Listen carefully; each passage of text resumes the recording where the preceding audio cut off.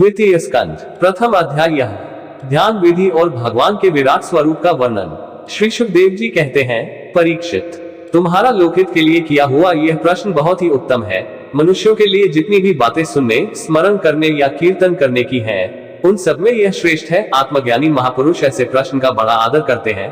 राजेंद्र, जो गृहस्थ घर के काम धंधों में उलझे हुए हैं, अपने स्वरूप को नहीं जानते, उनके लिए हजारों बातें कहने, सुनने एवं सोचने करने की रहती हैं। उनकी सारी उम्र यूं ही बीत जाती है। उनकी रात नींद या स्त्री प्रसंग से कटती है और दिन धन की हाय हाय या कुटुंबियों के भरण पोषण में समाप्त हो जाता है। संसार में जिन्हें अपना अत्यंत घनिष्ठ संबंधी कहा जाता है, वे शरीर, पुत्र, स्त्री आदि कुछ नहीं है, असत है। परंतु जीव उनके मोह में ऐसा पागल सा हो जाता है कि रात दिन उनको मृत्यु का ग्रास होते देखकर भी चेतता नहीं। इसलिए परीक्षित, जो अभय पद को प्राप्त करना चाहता है, उसे तो सर्वात्मा सर्वशक्तिमान भगवान श्री कृष्ण की ही लीलाओं का श्रवण, कीर्तन और स्मरण करना चाहिए। मनुष्य जन्म का यही इतना ही लाभ है कि चाहे जैसे हो, ज्ञान से, भक्ति से अथवा अपने धर्म की निष्ठा से जीवन को ऐसा बना लिया जाए कि मृत्यु के समय भगवान की स्मृति अवश्य बनी रहे। परीक्षित, जो निर्गुण स्वरूप में स्थित है एवं विधि निषेध की मर्यादा को लांघ चुके हैं, वे बड़े बड़े ऋषि मुनि भी प्रायः भगवान के अनंत कल्याण व गुणगणों के वर्णन में रमे रहते हैं। द्वापर के अंत में इस भगवद रूप अथवा वेद तुल्य श्रीमद् भागवत नाम के महापुराण का अपने पिता श्री कृष्ण द्वैपायन से मैंने अध्ययन किया था। राजर्षि, मेरी निर्गुण स्वरूप परमात्मा में पूर्ण निष्ठा है, फिर भी भगवान श्री कृष्ण की मधुर लीलाओं ने बलात् मेरे हृदय को अपनी ओर आकर्षित कर लिया। यही कारण है कि मैंने इस पुराण का अध्ययन किया। तुम भगवान के परम भक्त हो, इसलिए तुम्हें मैं इसे सुनाऊंगा। जो इसके प्रति श्रद्धा रखते हैं, उनकी शुद्ध चित्तवृत्ति भगवान श्री कृष्ण के चरणों में अनन्य प्रेम के साथ बहुत शीघ्र लग जाती है। जो लोग लोक या परलोक की किसी भी वस्तु की इच्छा रखते हैं या इसके विपरीत संसार में रैक का अनुभव करते, जो उससे विरक्त हो गए हैं और निर्भय मोक्ष पद को प्राप्त करना चाहते हैं, उन साधकों के लिए तथा योग संपन्न सिद्ध ज्ञानियों के लिए भी समस्त शास्त्रों का यही निर्णय है कि वे भगवान के नामों का प्रेम से संकीर्तन करें। अपने कल्याण साधन की ओर से असावधान रहने वाले पुरुष की वर्षों लंबी आयु भी अनजान में ही व्यर्थ बीत जाती है। उससे क्या लाभ? सावधानी से ज्ञान पूर्वक बिताई हुई घड़ी, 2 घड़ी भी श्रेष्ठ है, क्योंकि उसके द्वारा अपने कल्याण की चेष्टा तो की जा सकती है। राजर्षि खट्वांग अपनी अपनी आयु की समाप्ति का समय जानकर 2 घड़ी में ही सब कुछ त्याग कर भगवान के अभयपद को प्राप्त हो गए। परीक्षित, अभी तो तुम्हारे जीवन की अवधि 7 दिन की है। इस बीच में ही तुम अपने परम कल्याण के लिए जो कुछ करना चाहिए सब कर लो। मृत्यु का समय आने पर मनुष्य घबराए नहीं। उसे चाहिए कि वह वैराग्य के शस्त्र से शरीर और उससे संबंध रखने वालों के प्रति ममता को काट डाले। धैर्य के साथ घर से निकलकर पवित्र तीर्थ के जल में स्नान करे और पवित्र तथा एकांत स्थान में विधि पूर्वक आसन लगाकर बैठ जाए। तत्पश्चात परम पवित्र अ उ म इन 3 मात्राओं से युक्त प्रणव का मन ही मन जप करे। प्राण वायु को वश में करके मन का दमन करे और एक क्षण के लिए भी प्रणव को न भूले। बुद्धि की सहायता से मन के द्वारा इंद्रियों को उनके विषयों से हटा ले और कर्म की वासनाओं से चंचल हुए मन को विचार के द्वारा रोककर भगवान के मंगलमय रूप में लगाए। स्थिर चित्त से भगवान के श्री विग्रह में से किसी एक अंग का ध्यान करते करते विषय वासना से रहित मन को पूर्ण रूप से भगवान में ऐसा तल्लीन कर दे कि फिर और किसी विषय का चिंतन ही ना हो। वही भगवान विष्णु का परम पद है, जिसे प्राप्त करके मन भगवत प्रेम रूप आनंद से भर जाता है। यदि भगवान का ध्यान करते समय मन रजोगुण से विक्षिप्त या तमोगुण से मूढ़ हो जाए तो घबराए नहीं। धैर्य के साथ योग धारणा के द्वारा उसे वश में करना चाहिए, क्योंकि धारणा उक्त दोनों गुणों के दोषों को मिटा देती है। 20 धारणा स्थिर हो जाने पर ध्यान में जब योगी अपने परम मंगलमय आश्रय भगवान को देखता है, तब उसे तुरंत ही भक्ति योग की प्राप्ति हो जाती है। परीक्षित ने पूछा, ब्रह्मन, धारणा के साधन से किस वस्तु में किस प्रकार की जाती है और उसका क्या स्वरूप माना गया है, जो शीघ्र ही मनुष्य के मन का मैल मिटा देती है? श्री सुखदेव जी कहते हैं, परीक्षित, आसन, श्वास, आसक्ति और इंद्रियों पर विजय प्राप्त करके फिर बुद्धि के द्वारा मन को भगवान के स्थूल रूप में लगाना चाहिए। यह कार्य रूप संपूर्ण विश्व जो कुछ कभी था, है या होगा, सबका सब जिसमें दिख पड़ता है, वही भगवान का स्थूल से स्थूलार विराट शरीर है। जल, अग्नि, वायु, आकाश, अहंकार, महतत्व और प्रकृति, इन 7 आवरणों से घिरे हुए इस ब्रह्मांड शरीर में जो विराट पुरुष भगवान है, वे ही धारणा के आश्रय हैं। उन्हीं की धारणा की जाती है। तत्वज्ञ पुरुष उनका इस प्रकार वर्णन करते हैं, पाताल विराट पुरुष के तलवे हैं, उनकी एड़ियां और पंजे रसातल हैं, दोनों गुल्फ एड़ी के ऊपर की गांठें महातल हैं, उनके पैर के पिंडे तलातल हैं, विश्व मूर्ति भगवान के दोनों घुटने सुतल हैं, जांघें वितल और अतल हैं, पेंडु भूतल है। और परीक्षित, उनके नाभिरूप सरोवरों को ही आकाश कहते हैं। आदि पुरुष परमात्मा की छाती को स्वर्गलोक, गले को महरलोक, मुख को जनलोक और ललाट को तपोलोक कहते हैं। उस सहस्त्र सिर वाले भगवान का मस्तक समूह ही सत्यलोक है। इंद्रादि देवता उनकी भुजाएं हैं, दिशाएं कान और शब्द श्रवणेंद्रिय हैं, दोनों अश्विनी कुमार उनकी नासिका के छिद्र हैं। गंध घ्राणेंद्रिय है और धधकती हुई आग उनका मुख है। भगवान विष्णु के नेत्र अंतरिक्ष है, उसमें देखने की शक्ति सूर्य है, दोनों पलके रात और दिन है, उनका भ्रूविलास ब्रह्मलोक है। तालु जल है और जिह्वा रस, वेदों को भगवान का ब्रह्मेंद्र कहते हैं और यम को दाने। सब प्रकार के स्नेह दांत हैं और उनकी जगन्मोहिनी माया को ही उनकी मुस्कान कहते हैं। यह अनंत सृष्टि उसी माया का कटाक्ष विक्षेप है। लज्जा ऊपर का होठ और लोभ नीचे का होठ है।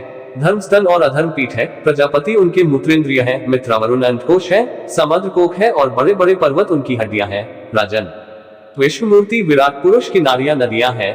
वृक्ष रोम है। परम प्रबल वायु श्वास है। काल उनकी चाल है और गुणों का चक्कर चलाते रहना ही उनका कर्म है। परीक्षित बादलों को उनके केश मानते हैं। संध्या उन अनंत का वस्त्र है। महात्माओं ने अव्यक्त मूल प्रकृति को ही उनका हृदय बतलाया है और सब विकारों का खजाना उनका मन चंद्रमा कहा गया है। महतत्व को सर्वात्मा भगवान का चित्त कहते हैं और रुद्र उनके अहंकार कहे गए हैं। घोड़े, खच्चर, ऊंट और हाथी उनके नख हैं। वन में रहने वाले सारे मृग और पशु उनके कटी प्रदेश में स्थित हैं। तरह तरह के पक्षी उनके अद्भुत रचना कौशल हैं। स्वयंभू मनु उनकी बुद्धि है और मनु की संतान मनुष्य उनके निवास स्थान है। गंधर्व, विद्याधर, चारण और अप्सराएं उनके शब्द आदि स्वरों की स्मृति है। दैत्य उनके वीर हैं। ब्राह्मण मुख, क्षत्रिय भुजाएं, वैश्य जंघाएं और शूद्र उन विराट पुरुष के चरण हैं। विविध देवताओं के नाम से जो बड़े बड़े द्रव्यमय यज्ञ किए जाते हैं वे उनके कर्म हैं। विराट भगवान के स्थूल शरीर का यही स्वरूप है। सो मैंने तुम्हें सुना दिया। इसी में मुमुक्षु पुरुष बुद्धि के द्वारा मन को स्थिर करते हैं, क्योंकि इससे भिन्न और कोई वस्तु नहीं है। जैसे स्वप्न देखने वाला स्वप्नावस्था में अपने आप को ही विविध पदार्थों के रूप में देखता है, वैसे ही सबकी बुद्धि वृत्तियों के द्वारा सब कुछ अनुभव करने वाला सर्वांतर्यामी परमात्मा भी एक ही है। उन सत्य स्वरूप आनंद निधि भगवान का ही भजन करना चाहिए। अन्य किसी भी वस्तु में आसक्ति नहीं करनी चाहिए, क्योंकि यह आसक्ति जीव के अधा का हेतु है।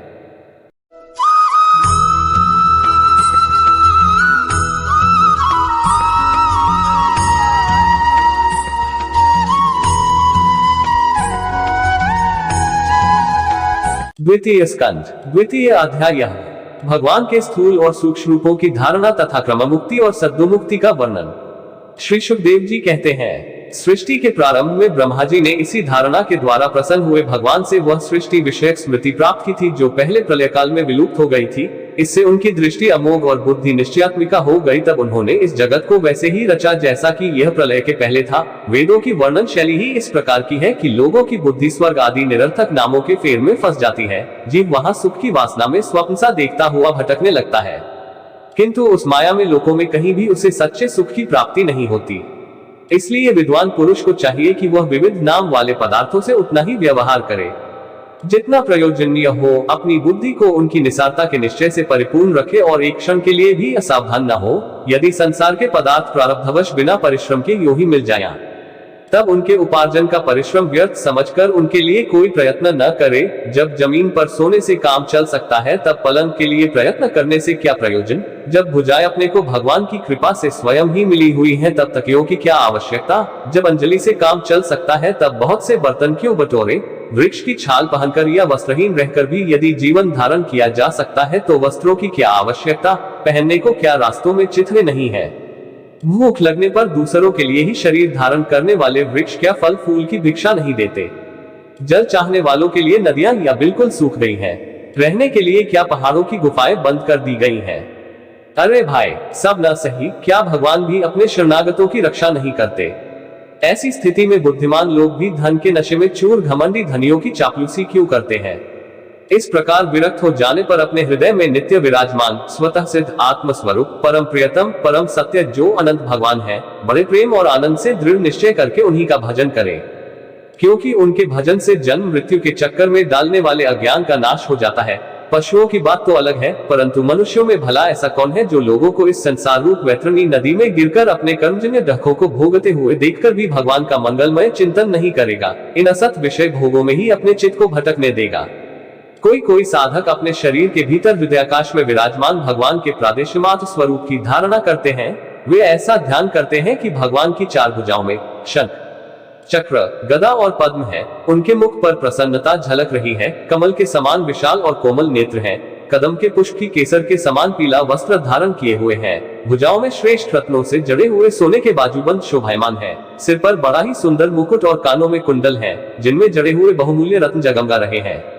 उनके चरण कमल योगेश्वरों के खिले हुए हृदय कमल की कर्णिका पर विराजित है। उनके हृदय पर श्रीवत्स का चिन्ह एक सुनहरी रेखा है। गले में कौस्तुभमणि लटक रही है।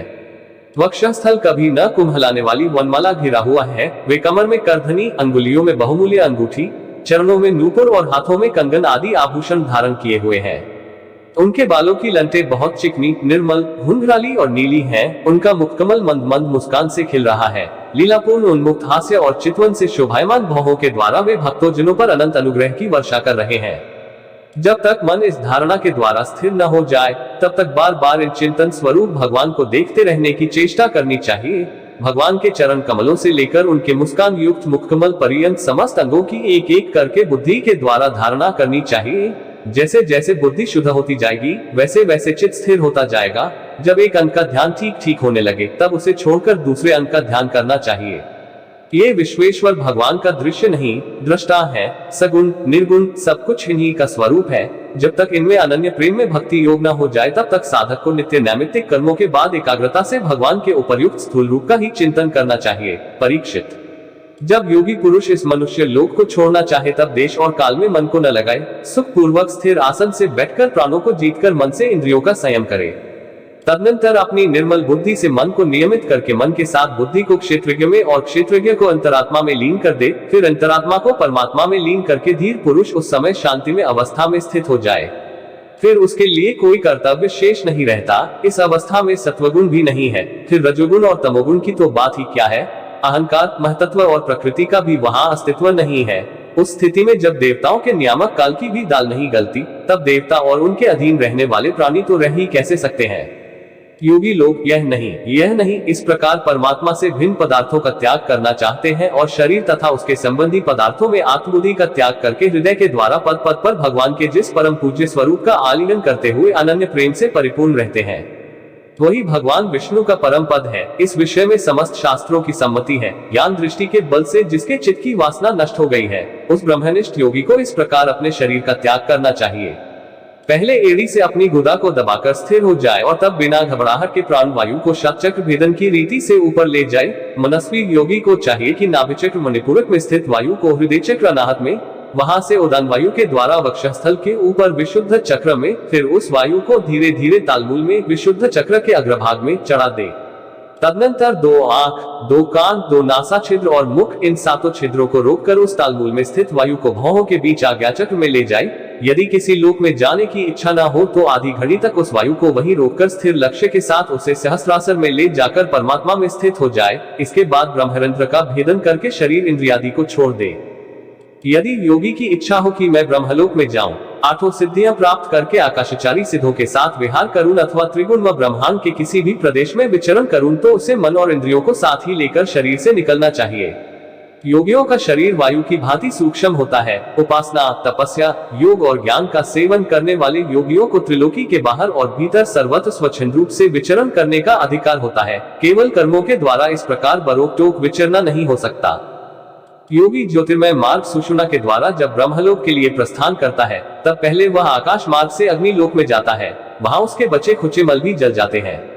इसके बाद वह वहां से ऊपर भगवान श्रीहरि के शिशुमार नामक ज्योतिर्मय चक्र पर पहुंचता है। भगवान विष्णु का यह शिशुमार चक्र विश्व ब्रह्मांड के भ्रमण का केंद्र है। उसका अतिक्रमण करके अत्यंत सूक्ष्म एवं निर्मल शरीर से वह अकेला ही महलोक में जाता है। वह लोक वेताओं के द्वारा भी वंदित है और उसमें कल्प पर्यंत जीवित रहने वाले देवता विहार करते रहते हैं। फिर जब प्रलय का समय आता है, तब नीचे के लोकों को शेष के मुख से निकली हुई आग के द्वारा भस्म होते देख वो ब्रह्मलोक में चला जाता है, जिस ब्रह्मलोक में बड़े बड़े सिद्धेश्वर विमानों पर निवास करते हैं। उस ब्रह्मलोक की आयु ब्रह्मा की आयु के समान ही 2 परार्थ की है। वहां न शोक है, न दैख, न बुढ़ापा है, न मृत्यु। फिर वहां किसी प्रकार का उद्वेग या भय तो हो ही कैसे सकता है। वहां यदि दैख है तो केवल एक बात का, वह यही है कि इस परम पद को न जानने वाले लोगों के जन्म मृत्यु में अत्यंत घोर संकटों को देखकर दयावश वहां के लोगों के मन में बड़ी व्यथा होती है। सत्यलोक में पहुंचने के पश्चात वह योगी निर्भय होकर अपने सूक्ष्म शरीर को पृथ्वी से मिला देता है और फिर उतावली न करते हुए 7 आवरणों का भेदन करता है। पृथ्वी रूप से जल को और जल रूप से अग्नि में आवरणों को प्राप्त होकर वह ज्योति रूप से वायु रूप आवरणों में आ जाता है और वहां से समय पर ब्रह्म की अनंतता का बोध कराने वाले आकाश रूप आवरणों को प्राप्त करता है। इस प्रकार स्थूल आवरणों को पार करते समय उसकी इंद्रियां भी अपने सूक्ष्म अधिष्ठान में लीन होती जाती हैं। घ्राणेन्द्रिय गंधतन मात्रा में, रसना रसतन मात्रा में, नेत्र रूपतन मात्रा में, त्वचा स्पर्शतन मात्रा में, श्रोत शब्दतन मात्रा में और कर्मेंद्रियां अपनी अपनी क्रिया शक्ति में मिलकर अपने अपने सूक्ष्म स्वरूप को प्राप्त हो जाती है। इस प्रकार योगी पंचभूतों के स्थूल सूक्ष्म आवरणों को पार करके अहंकार में प्रवेश करता है। वहां सूक्ष्म भूतों को तामस अहंकार में, इंद्रियों को राजस अहंकार में तथा मन और इंद्रियों के अधिष्ठाता देवताओं को सात्विक अहंकार में लीन कर देता है। इसके बाद अहंकार के सहित लय रूप गति के द्वारा महतत्व में प्रवेश करके अंत में समस्त गुणों के लय स्थान प्रकृति रूप आवरण में जा मिलता है। महाप्रलय के समय प्रकृति रूप आवरण का भी लय हो जाने पर वह योगी स्वयं आनंद स्वरूप होकर अपने उस निवारण रूप से आनंद स्वरूप शांत परमात्मा को प्राप्त हो जाता है।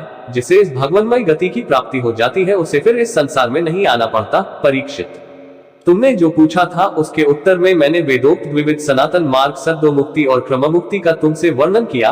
पहले ब्रह्मा जी ने भगवान वासुदेव की आराधना करके उनसे जब प्रश्न किया था, तब उन्होंने उत्तर में इन्हीं दोनों मार्गों की बात ब्रह्मा जी से कही थी। संसार चक्र में पड़े हुए मनुष्य के लिए जिस साधन के द्वारा उसे भगवान श्री कृष्ण की अनन्य प्रेममयी भक्ति प्राप्त हो जाए, उसके अतिरिक्त और कोई भी कल्याणकारी मार्ग नहीं है। भगवान ब्रह्मा ने एकाग्रचित से सारे वेदों का 3 बार अनुशीलन करके अपनी बुद्धि से यही निश्चय किया कि जिससे सर्वात्मा भगवान श्री कृष्ण के प्रति अनन्य प्रेम प्राप्त हो वही सर्वश्रेष्ठ धर्म है। समस्त चर अचर प्राणियों में उनके आत्मा रूप से भगवान श्री कृष्ण ही लक्षित होते हैं।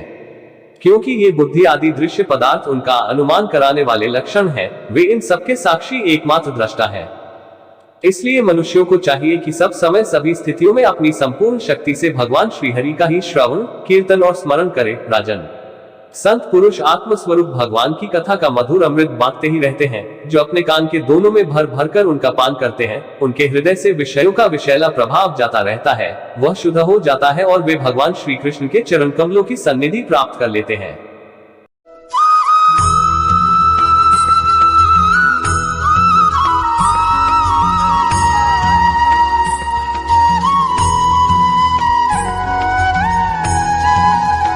द्वितीय स्कंध, तृतीय अध्याय। कामनाओं के अनुसार विभिन्न देवताओं की उपासना तथा भगवत भक्ति के प्राधान्य का निरूपण। श्री सुखदेव जी कहते हैं, तुमने मुझसे जो पूछा था कि मरते समय बुद्धिमान मनुष्य को क्या करना चाहिए, उसका उत्तर मैंने तुम्हें दे दिया। जो ब्रह्मतेज का इच्छुक हो वह बृहस्पति की, जिसे इंद्रियों की विशेष शक्ति की कामना हो वह इंद्र की, और जिसे संतान की लालसा हो वह प्रजापतियों की उपासना करे।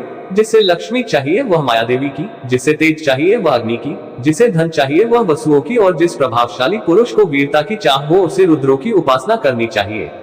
जिसे बहुत अन्न प्राप्त करने की इच्छा हो वह अदिति का, जिसे स्वर्ग की कामना हो वह अदिति के पुत्र देवताओं का, जिसे राज्य की अभिलाषा हो वह विश्वदेवों का, और जो प्रजा को अपने अनुकूल बनाने की इच्छा रखता हो उसे साध्य देवताओं का आराधन करना चाहिए। आयु की इच्छा से अश्विनी कुमारों का, पुष्टि की इच्छा से पृथ्वी का, और प्रतिष्ठा की चाह हो तो लोक माता पृथ्वी और वो आकाश का सेवन करना चाहिए।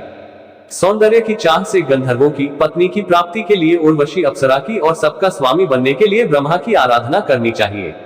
जिसे यश की इच्छा हो वह यज्ञ पुरुष की, जिसे खजाने की लालसा हो वह वरुण की, विद्या प्राप्त करने की आकांक्षा हो तो भगवान शंकर की, और पति पत्नी में परस्पर प्रेम बनाए रखने के लिए पार्वती जी की उपासना करनी चाहिए। धर्म उपार्जन करने के लिए विष्णु भगवान की, वंश परंपरा की रक्षा के लिए पितरों की, बाधाओं से बचने के लिए यक्षों की, और बलवान होने के लिए मरुदगणों की आराधना करनी चाहिए। राज्य के लिए मनवंतरों के अधिपति देवों को, अभिचार के लिए निवृत्ति को, भोगों के लिए चंद्रमा को, और निष्कामता प्राप्त करने के लिए परम पुरुष नारायण को भजना चाहिए। और जो बुद्धिमान पुरुष है वह चाहे निष्काम हो, समस्त कामनाओं से युक्त हो अथवा मोक्ष चाहता हो, उसे तीव्र भक्ति योग के द्वारा केवल पुरुषोत्तम भगवान की ही आराधना करनी चाहिए। जितने भी उपासक हैं उनका सबसे बड़ा हित इसी में है कि वे भगवान के प्रेमी भक्तों का संग करके भगवान में अविचल प्रेम प्राप्त कर ले। ऐसे पुरुषों के सत्संग में जो भगवान की लीला कथाएं होती हैं, उनसे उस दुर्लभ ज्ञान की प्राप्ति होती है जिससे संसार सागर की त्रिगुणमयी तरंगमालाओं के थपेड़े शांत हो जाते हैं। इंद्रियों के विषयों में आसक्ति नहीं रहती, कैवल्य मोक्ष का सर्वसम्मत मार्ग भक्ति योग प्राप्त हो जाता है। भगवान की ऐसी रसमयी कथाओं का चस्का लग जाने पर भला कौन ऐसा है जो उनमें प्रेम न करे। शंकर जी ने कहा, सूत जी, राजा परीक्षित ने सुखदेव जी की यह बात सुनकर उनसे और क्या पूछा। वे तो सर्वज्ञ होने के साथ ही साथ मधुर वर्णन करने में भी बड़े निपुण थे। सूत जी, आप तो सब कुछ जानते हैं, हम लोग उनकी वह बातचीत बड़े प्रेम से सुनना चाहते हैं, आप कृपा करके अवश्य सुनाइए, क्योंकि संतों की सभा में ऐसी ही बातें होती हैं जिनका पर्यवसान भगवान की रसमय लीला कथा में ही होता है।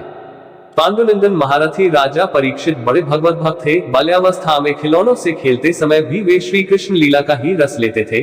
भगवानमय श्री सुखदेव जी भी जन्म से ही भगवत प्रायण है। ऐसे संतों के सत्संग में भगवान के मंगलमय गुणों की दिव्य चर्चा अवश्य ही हुई होगी, जिसका समय भगवान श्री कृष्ण के गुणों के गान अथवा श्रवण में व्यतीत हो रहा है। उसके अतिरिक्त सभी मनुष्यों की आयु व्यर्थ जा रही है। ये भगवान सूर्य प्रतिदिन अपने उदय और अस्त से उनकी आयु छीनते जा रहे हैं। क्या वृक्ष नहीं जीते? क्या लोहार की धौंकनी सांस नहीं लेती? गांव के अन्य पालतू पशु क्या मनुष्य पशु की ही तरह खाते पीते या मैथुन नहीं करते? जिसके कान में भगवान श्री कृष्ण की लीला कथा नहीं पड़ी, वह नर पशु, कुत्ते, ग्राम सूकर, ऊंट और गधे से भी गया बीता है। सुख जी, जो मनुष्य भगवान श्री कृष्ण की कथा कभी नहीं सुनता, उसके कान बिल के समान है। जो जीभ भगवान की लीलाओं का गायन नहीं करती, वह मेघ की जीभ के समान टर करने वाली है। उसका तो न रहना ही अच्छा है। जो सिर कभी भगवान श्री कृष्ण के चरणों में झुकता नहीं, वह रेशमी वस्त्र से सुसज्जित और मुकुट से युक्त होने पर भी बोझा मात्र ही है। जो हाथ भगवान की सेवा पूजा नहीं करते, वे सोने के कंगन से भूषित होने पर भी मुर्दे के हाथ हैं। जो आंखें भगवान की याद दिलाने वाली मूर्ति, तीर्थ, नदी आदि का दर्शन नहीं करती, वे मोरों की पांख में बने हुए आंखों के चिन्ह के समान निरर्थक हैं। मनुष्यों के वे पैर चलने की शक्ति रखने पर भी न चलने वाले पेड़ों जैसे ही हैं। जो भगवान की लीला स्थलियों की यात्रा नहीं करते, जिस मनुष्य ने भगवत प्रेमी संतों के चरणों की धूल कभी सिर पर नहीं चढ़ाई, वह जीता हुआ भी मुर्दा है। जिस मनुष्य ने भगवान के चरणों पर चढ़ी हुई तुलसी की सुगंध लेकर उसकी सराहना नहीं की, वह श्वास लेता हुआ विश्वास रहित शव है। सुख जी, वह हृदय नहीं लोहा है, जो भगवान के मंगलमय नामों का श्रवण कीर्तन करने पर भी पिघलकर उन्हीं की ओर बह नहीं जाता। जिस समय हृदय पिघल जाता है, उस समय नेत्रों में आंसू छलकने लगते हैं और शरीर का रोम रोम खिल उठता है। प्रिय सुख जी, आपकी वाणी हमारे हृदय को मधुरता से भर देती है। इसलिए भगवान के परम भक्त आत्मविद्या विशारद श्री सुखदेव जी ने परीक्षित के सुंदर प्रश्न करने पर जो कुछ कहा, वह संवाद आप कृपा करके हम लोगों को सुनाइए।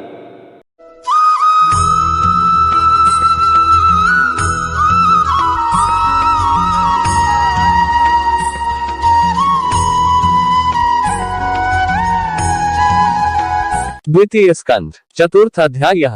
राजा का सृष्टि विषयक प्रश्न और सुखदेव जी का कथारंभ। सूत जी कहते हैं, सुखदेव जी के वचन भगवत तत्व का निश्चय कराने वाले थे। उत्तरानंदन राजा परीक्षित ने उन्हें सुनकर अपनी शुद्ध बुद्धि भगवान श्री कृष्ण के चरणों में अनन्य भाव से समर्पित कर दी। शरीर, पत्नी, पुत्र, महल, पशु, धन, भाई बंधु और निष्कंटक राज्य में नित्य के अभ्यास के कारण उनकी दृढ़ ममता हो गई थी। एक क्षण में ही उन्होंने उस ममता का त्याग कर दिया। शंकादि ऋषियों महामनस्वी परीक्षित ने अपनी मृत्यु का निश्चित समय जान लिया था, इसलिए उन्होंने धर्म, अर्थ और काम से संबंध रखने वाले जितने भी कर्म थे, उसका संन्यास कर दिया। इसके बाद भगवान श्री कृष्ण में सुदृढ़ आत्मभाव को प्राप्त होकर बड़ी श्रद्धा से भगवान श्री कृष्ण की महिमा सुनने के लिए उन्होंने श्री सुखदेव जी से यही प्रश्न किया, जिसे आप लोग मुझसे पूछ रहे हैं। परीक्षित ने पूछा, भगवत स्वरूप मुनिव, आप परम पवित्र और सर्वज्ञ हैं। आपने जो कुछ कहा है वह सत्य एवं उचित है। आप जो जो भगवान की कथा कहते जा रहे हैं, त्यों त्यों मेरे अज्ञान का पर्दा फटता जा रहा है। मैं आपसे फिर भी यह जानना चाहता हूँ कि भगवान अपनी माया से इस संसार की सृष्टि कैसे करते हैं। इस संसार की रचना तो इतनी रहस्यमयी है कि ब्रह्मादि समर्थ लोकपाल भी इसके समझने में भूल कर बैठते हैं। भगवान कैसे इस विश्व की रक्षा और फिर संहार करते हैं। अनंत शक्ति परमात्मा किन किन शक्तियों का आश्रय लेकर अपने आप को ही खिलौने बनाकर खेलते हैं। वे बच्चों के बनाए हुए घरौंदों की तरह ब्रह्मांडों को कैसे बनाते हैं और फिर किस प्रकार बात की बात में मिटा देते हैं। भगवान श्रीहरि की लीलाएं बड़ी ही अद्भुत, अचिंत्य हैं। इसमें संदेह नहीं कि बड़े बड़े विद्वानों के लिए भी उनकी लीला का रहस्य समझना अत्यंत कठिन प्रतीत होता है। भगवान तो अकेले ही हैं, वे बहुत से कर्म करने के लिए पुरुष रूप से प्रकृति के विभिन्न गुणों को एक साथ ही धारण करते हैं अथवा अनेकों अवतार ग्रहण करके उन्हें क्रमश धारण करते हैं। मुनिव, आप वेद और ब्रह्म तत्व दोनों के पूर्ण मर्मज्ञ हैं, इसलिए मेरे इस संदेह का निवारण कीजिए। सूत जी कहते हैं, जब राजा परीक्षित ने भगवान के गुणों का वर्णन करने के लिए उनसे इस प्रकार प्रार्थना की, तब श्री सुखदेव जी ने भगवान श्री कृष्ण का बार बार स्मरण करके अपना प्रवचन प्रारंभ किया। श्री सुखदेव जी कहते हैं, उन पुरुषोत्तम भगवान के चरण कमलों में मेरे कोटि कोटि प्रणाम है, जो संसार की उत्पत्ति, स्थिति और प्रलय की लीला करने एक लिए सत्व, रज तथा तमोगुण रूप तीन शक्तियों को स्वीकार कर ब्रह्मा, विष्णु और शंकर का रूप धारण करते हैं। जो समस्त चर अचर प्राणियों के हृदय में अंतर्यामी रूप से विराजमान है, जिसका स्वरूप और उसकी उपलब्धि का मार्ग बुद्धि के विषय नहीं है, जो स्वयं अनंत है तथा जिनकी महिमा भी अनंत है। हम पुनः बार बार उनके चरणों में नमस्कार करते हैं, जो सत्पुरुषों का डैख मिटाकर उन्हें अपने प्रेम का दान करते हैं, दुष्टों की सांसारिक बढ़ती रोककर उन्हें मुक्ति देते हैं तथा जो लोग परमहंस आश्रम में स्थित हैं, उन्हें उनकी भी अभीष्ट वस्तु का दान करते हैं। क्योंकि चर अचर समस्त प्राणी उन्हीं की मूर्ति है, इसलिए किसी से भी उनका पक्षपात नहीं है। जो बड़े ही भक्तवत्सल हैं और हठपूर्वक भक्तिहीन साधन करने वाले लोग जिनकी छाया भी नहीं छू सकते, जिनके समान भी किसी का ऐश्वर्य नहीं है, फिर उससे अधिक तो हो ही कैसे सकता है, तथा ऐसे ऐश्वर्य से युक्त होकर जो निरंतर ब्रह्म स्वरूप अपने धाम में विहार करते रहते हैं, उन भगवान श्री कृष्ण को मैं बार बार नमस्कार करता हूँ, जिनका कीर्तन, स्मरण, दर्शन, वंदन, श्रवण और पूजन जीवों के पापों को तत्काल नष्ट कर देता है। उन पुण्यकीर्ति भगवान श्री कृष्ण को बार बार नमस्कार है।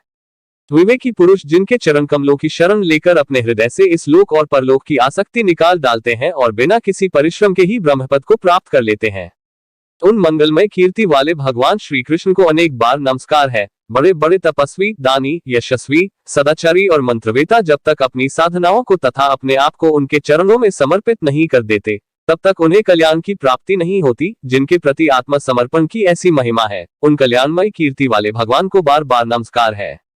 किरात, हूण, आंध्र, पुलिंद, पुलकस, आभीर, कंक, यवन और खस आदि नीच जातियां तथा दूसरे पापी जिनके शरणागत भक्तों की शरण ग्रहण करने से ही पवित्र हो जाते हैं, उन सर्वशक्तिमान भगवान को बार बार नमस्कार है। वे ही भगवान ज्ञानियों के आत्मा हैं, भक्तों के स्वामी हैं, कर्मकांडियों के लिए वेदमूर्ति हैं, धार्मिकों के लिए धर्ममूर्ति हैं और तपस्वियों के लिए तपस्थल है। ब्रह्मा, शंकर आदि बड़े बड़े देवता भी अपने शुद्ध हृदय से उनके स्वरूप का चिंतन करते और आश्चर्यचकित होकर देखते रहते हैं, वे मुझ पर अपने अनुग्रह की प्रसाद की वर्षा करें।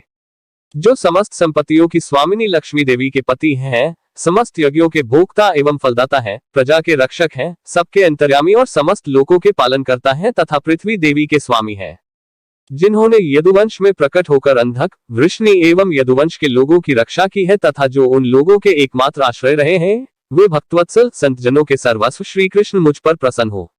विद्वान पुरुष जिनके चरण कमलों के चिंतन रूप समाधि से शुद्ध हुई बुद्धि के द्वारा आत्म तत्व का साक्षात्कार करते हैं तथा उनके दर्शन के अनंतर अपनी अपनी मति और रुचि के अनुसार जिनके स्वरूप का वर्णन करते रहते हैं, वे प्रेम और मुक्ति के लुटाने वाले भगवान श्री कृष्ण मुझ पर प्रसन्न हो। जिन्होंने सृष्टि के समय ब्रह्मा के हृदय में पूर्वकल्प की स्मृति जागृत करने के लिए ज्ञान की अधिष्ठात्री देवी को प्रेरित किया और वे अपने अंगों के सहित वेद के रूप में उनके मुख से प्रकट हुई, वे ज्ञान के मूल कारण भगवान मुझ पर कृपा करें, मेरे हृदय में प्रकट हो। भगवान ही पंचमहाभूतों से इन शरीरों का निर्माण करके इनमें जीव रूप से शयन करते हैं और 5 ज्ञानेंद्रिय, 5 कर्मेंद्रिय, 5 प्राण और 1 मन, इन 16 कलाओं से युक्त होकर इनके द्वारा 16 विषयों का भोग करते हैं।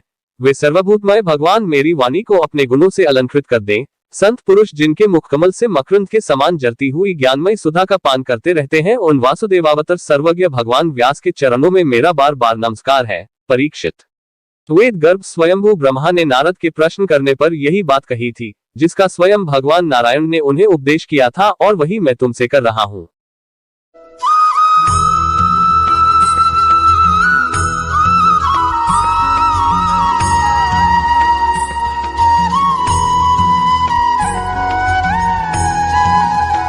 द्वितीय स्कंध, पंचम अध्याय, सृष्टि वर्णन। नारद जी ने कहा, पिताजी, आप केवल मेरे ही नहीं, सबके पिता, समस्त देवताओं से श्रेष्ठ एवं सृष्टिकर्ता है। आपको मेरा प्रणाम है। आप मुझे वह ज्ञान दीजिए जिससे आत्म तत्व का साक्षात्कार हो जाता है। पिताजी, इस संसार का क्या लक्षण है? इसका आधार क्या है? इसका निर्माण किसने किया है? इसका प्रलय किसमें होता है? यह किसके अधीन है? और वास्तव में यह है क्या वस्तु? आप इसका तत्व बतलाइए। आप तो यह सब कुछ जानते हैं, क्योंकि जो कुछ हुआ है, हो रहा है या होगा, उसके स्वामी आप ही हैं। यह सारा संसार हथेली पर रखे हुए आंवले के समान आपकी ज्ञान की दृष्टि के अंतर्गत ही है। पिताजी, आपको यह ज्ञान कहाँ से मिला? आप किसके आधार पर ठहरे हुए हैं? आपका स्वामी कौन है और आपका स्वरूप क्या है? आप अकेले ही अपनी माया से पंचभूतों के द्वारा प्राणियों की सृष्टि कर लेते हैं। कितना अद्भुत है! जैसे मकड़ी अनायास ही अपने मुंह से जाला निकालकर उसमें खेलने लगती है, वैसे ही आप अपनी शक्ति के आश्रय से जीवों को अपने में ही उत्पन्न करते हैं और फिर आप में कोई विकार नहीं होता। जगत में नाम, रूप और गुणों से जो कुछ जाना जाता है, उसमें मैं ऐसी कोई सत, असत, उत्तम, मध्यम या अधम वस्तु नहीं देखता जो आपके सिवा और किसी से उत्पन्न हुई हो। इस प्रकार सबके ईश्वर होकर भी आपने एकाग्रचित से घोर तपस्या की, इस बात से मुझे मोह के साथ साथ बहुत बड़ी शंका भी हो रही है कि आपसे बड़ा भी कोई है क्या। पिताजी, आप सर्वज्ञ और सर्वेश्वर हैं, जो कुछ मैं पूछ रहा हूँ वह सब आप कृपा करके मुझे इस प्रकार समझाइए कि जिससे मैं आपके उपदेश को ठीक ठीक समझ सकूं। ब्रह्मा जी ने कहा, बेटा नारद, तुमने जीवों के प्रति करुणा के भाव से भरकर यह बहुत ही सुंदर प्रश्न किया है, क्योंकि इससे भगवान के गुणों का वर्णन करने की प्रेरणा मुझे प्राप्त हुई है। तुमने मेरे विषय में जो कुछ कहा है, तुम्हारा वह कथन भी असत्य नहीं है, क्योंकि जब तक मुझसे परे का तत्व जो स्वयं भगवान ही है जान नहीं लिया जाता, तब तक मेरा ऐसा ही प्रभाव प्रतीत होता है जैसे सूर्य, अग्नि, चंद्रमा, ग्रह, नक्षत्र और तारे उन्हीं के प्रकाश से प्रकाशित होकर जगत में प्रकाश फैलाते हैं। वैसे ही मैं भी उन्हीं स्वयं प्रकाश भगवान के चिन्मय प्रकाश से प्रकाशित होकर संसार को प्रकाशित कर रहा हूँ। उन भगवान वासुदेव की मैं वंदना करता हूँ और ध्यान भी, जिनकी दुर्जय माया से मोहित होकर लोग मुझे जगत गुरु कहते हैं। यह माया तो उनकी आंखों के सामने ठहरती ही नहीं, झिपकर दूर से ही भाग जाती है, परंतु संसार के अज्ञानी जन उसी से मोहित होकर यह मैं हूँ, यह मेरा है, इस प्रकार बकते रहते हैं। भगवत स्वरूप नारद, द्रव्य, कर्म, काल, स्वभाव और जीव वास्तव में भगवान से भिन्न दूसरी कोई भी वस्तु नहीं है। वेद नारायण के परायण हैं, देवता भी नारायण के ही अंगों में कल्पित हुए हैं और समस्त यज्ञ भी नारायण की प्रसन्नता के लिए ही है तथा उनसे जिन लोकों की प्राप्ति होती है वे भी नारायण में ही कल्पित हैं। सब प्रकार के योग भी नारायण की प्राप्ति के ही हेतु हैं। सारी तपस्याएं नारायण की ओर ही ले जाने वाली हैं। ज्ञान के द्वारा भी नारायण ही जाने जाते हैं। समस्त साध्य और साधकों का पर्यवसान भगवान नारायण ही है। वे दृष्टा होने पर भी ईश्वर है, स्वामी है, निर्विकार होने पर भी सर्वस्वरूप है। उन्होंने ही मुझे बनाया है और उनकी दृष्टि से ही प्रेरित होकर मैं उनके इच्छानुसार सृष्टि रचना करता हूँ। भगवान के माया के गुणों से रहित एवं अनंत है। सृष्टि, स्थिति और प्रलय के लिए रजोगुण, सत्वगुण और तमोगुण, ये तीन गुण माया के द्वारा उनमें स्वीकार किए गए हैं। ये ही तीनों गुण द्रव्य, ज्ञान और क्रिया का आश्रय लेकर मायातीत नित्य मुक्त पुरुष को ही माया में स्थित होने पर कार्य, कारण और कर्तापन के अभिमान से बांध लेते हैं। नारद, इंद्रियातीत भगवान गुणों के इन तीन आवरणों से अपने स्वरूप को भलीभांति ढक लेते हैं, इसलिए लोग उनको नहीं जान पाते। सारे संसार के और मेरे भी एकमात्र स्वामी वही है। मायापति भगवान ने एक से बहुत होने की इच्छा होने पर अपनी माया से अपने स्वरूप में स्वयं प्राप्त काल, कर्म और स्वभाव को स्वीकार कर लिया। भगवान की शक्ति से ही काल ने तीनों गुणों में क्षोभ उत्पन्न कर दिया। स्वभाव ने उन्हें रूपांतरित कर दिया और कर्म ने महतत्व को जन्म दिया। रजोगुण और सत्वगुण की वृद्धि होने पर महतत्व का जो विकार हुआ, उससे ज्ञान, क्रिया और द्रव्य रूप तमःप्रधान विकार हुआ। वह अहंकार कहलाया और विकार को प्राप्त होकर तीन प्रकार का हो गया। उसके भेद हैं वैकारिक, तेजस और तामस। नारद जी, वे क्रमशः ज्ञान शक्ति, क्रिया शक्ति और द्रव्य शक्ति प्रधान है। जब पंचमहाभूतों के कारण रूप तामस अहंकार में विकार हुआ, तब उससे आकाश की उत्पत्ति हुई। आकाश की तन्मात्रा और गुण शब्द है। इस शब्द के द्वारा ही दृष्टा और दृश्य का बोध होता है। जब आकाश में विकार हुआ, तब उससे वायु की उत्पत्ति हुई। उसका गुण स्पर्श है। अपने कारण का गुण आ जाने से यह शब्द वाला भी है। इंद्रियों में स्फूर्ति, शरीर में जीवनी शक्ति और बल इसी के रूप है। काल, कर्म और स्वभाव से वायु में भी विकार हुआ, उससे तेज की उत्पत्ति हुई। इसका प्रधान गुण रूप है। साथ ही इसके कारण आकाश और वायु के गुण शब्द एवं स्पर्श भी इसमें है। तेज के विकार से जल की उत्पत्ति हुई, इसका गुण है रस। कारण तत्वों के गुण शब्द, स्पर्श और रूप भी इसमें है। जल के विकार से पृथ्वी की उत्पत्ति हुई, इसका गुण है गंध। कारण के गुण कार्य में आते हैं। इस न्याय से शब्द, स्पर्श, रूप और रस, ये चारों गुण भी उसमें विद्यमान है। वैकारिक अहंकार से मन की और इंद्रियों के 10 अधिष्ठात्र देवताओं की भी उत्पत्ति हुई। उनके नाम है दिशा, वायु, सूर्य, वरुण, अश्विनी कुमार, अग्नि, इंद्र, विष्णु, मित्र और प्रजापति। तेजस अहंकार के विकार से श्रोत्र, त्वचा, नेत्र, जिह्वा और घ्राण, ये 5 कर्मेंद्रियां उत्पन्न हुई। साथ ही ज्ञान शक्ति रूप बुद्धि और क्रिया शक्ति रूप प्राण भी तेजस अहंकार से ही उत्पन्न हुए।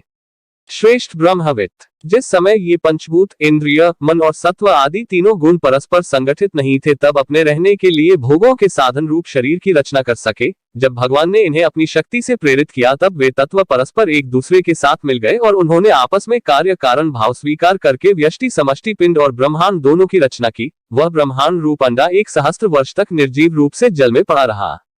फिर काल, कर्म और स्वभाव को स्वीकार करने वाले भगवान ने उसे जीवित कर दिया। उस अंडे को फोड़कर उसमें से वही विराट पुरुष निकला, जिसकी जंघा, चरण, भुजाएं, नेत्र, मुख और सिर सहस्त्रों की संख्या में है। विद्वान पुरुष उपासना के लिए उसी के अंगों में समस्त लोक और उनमें रहने वाली वस्तुओं की कल्पना करते हैं। उसकी कमर से नीचे के अंगों में सातों पाताल की और उसके पेडू से ऊपर के अंगों में सातों स्वर्ग की कल्पना की जाती है। ब्राह्मण इस विराट पुरुष का मुख है। भुजाएं क्षत्रिय हैं, जांघों से वैश्य और पैरों से शूद्र उत्पन्न हुए हैं। पैरों से लेकर कटी पर्यंत सातों पाताल तथा भूलोक की कल्पना की गई है। नाभि में भूवरलोक की, हृदय में स्वलोक की और परमात्मा के वक्षस्थल में महरलोक की कल्पना की गई है। उसके गले में जनलोक, दोनों स्तनों में तपोलोक और मस्तक में ब्रह्मा का नित्य निवास स्थान सत्यलोक है। उस विराट पुरुष की कमर में अतल, जांघों में वितल, घुटनों में पवित्र सुतलोक और जंघाओं में तलातल की कल्पना की गई है। एड़ी के ऊपर की गांठों में महातल, पंजे और एड़ियों में रसातल और तलुओं में पाताल समझना चाहिए। इस प्रकार विराट पुरुष सर्वलोकमय है। विराट भगवान के अंगों में इस प्रकार भी लोकों की कल्पना की जाती है। उनके चरणों में पृथ्वी है, नाभि में भूवरलोक है और सिर में स्वलोक है।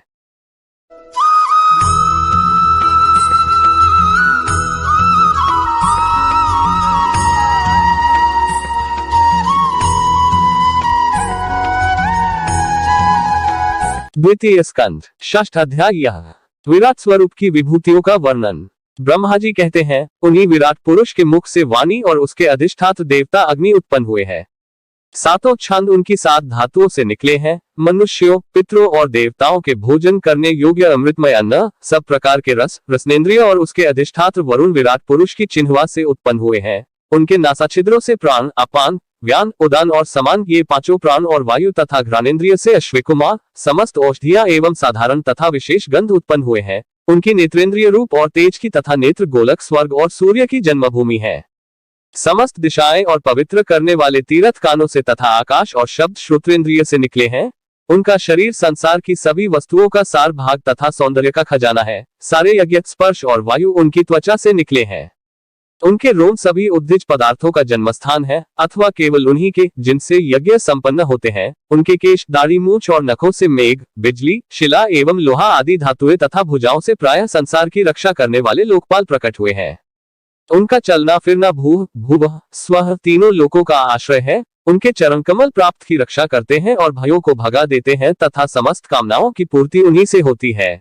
विराट पुरुष का लिंग जल, वीर्य, सृष्टि, मेघ और प्रजापति का आधार है तथा उनकी जन्नेन्द्रिय मैथुन जनित आनंद का उद्गम है। नारद जी विराट पुरुष की पायु इंद्रिय यम, मित्र और मल त्याग का तथा गुदाद्वार हिंसा, निवृत्ति, मृत्यु और नरक का उत्पत्ति स्थान है। उनकी पीठ से पराजय, अधर्म और अज्ञान, नाड़ियों से नद नदी और हड्डियों से पर्वतों का निर्माण हुआ है।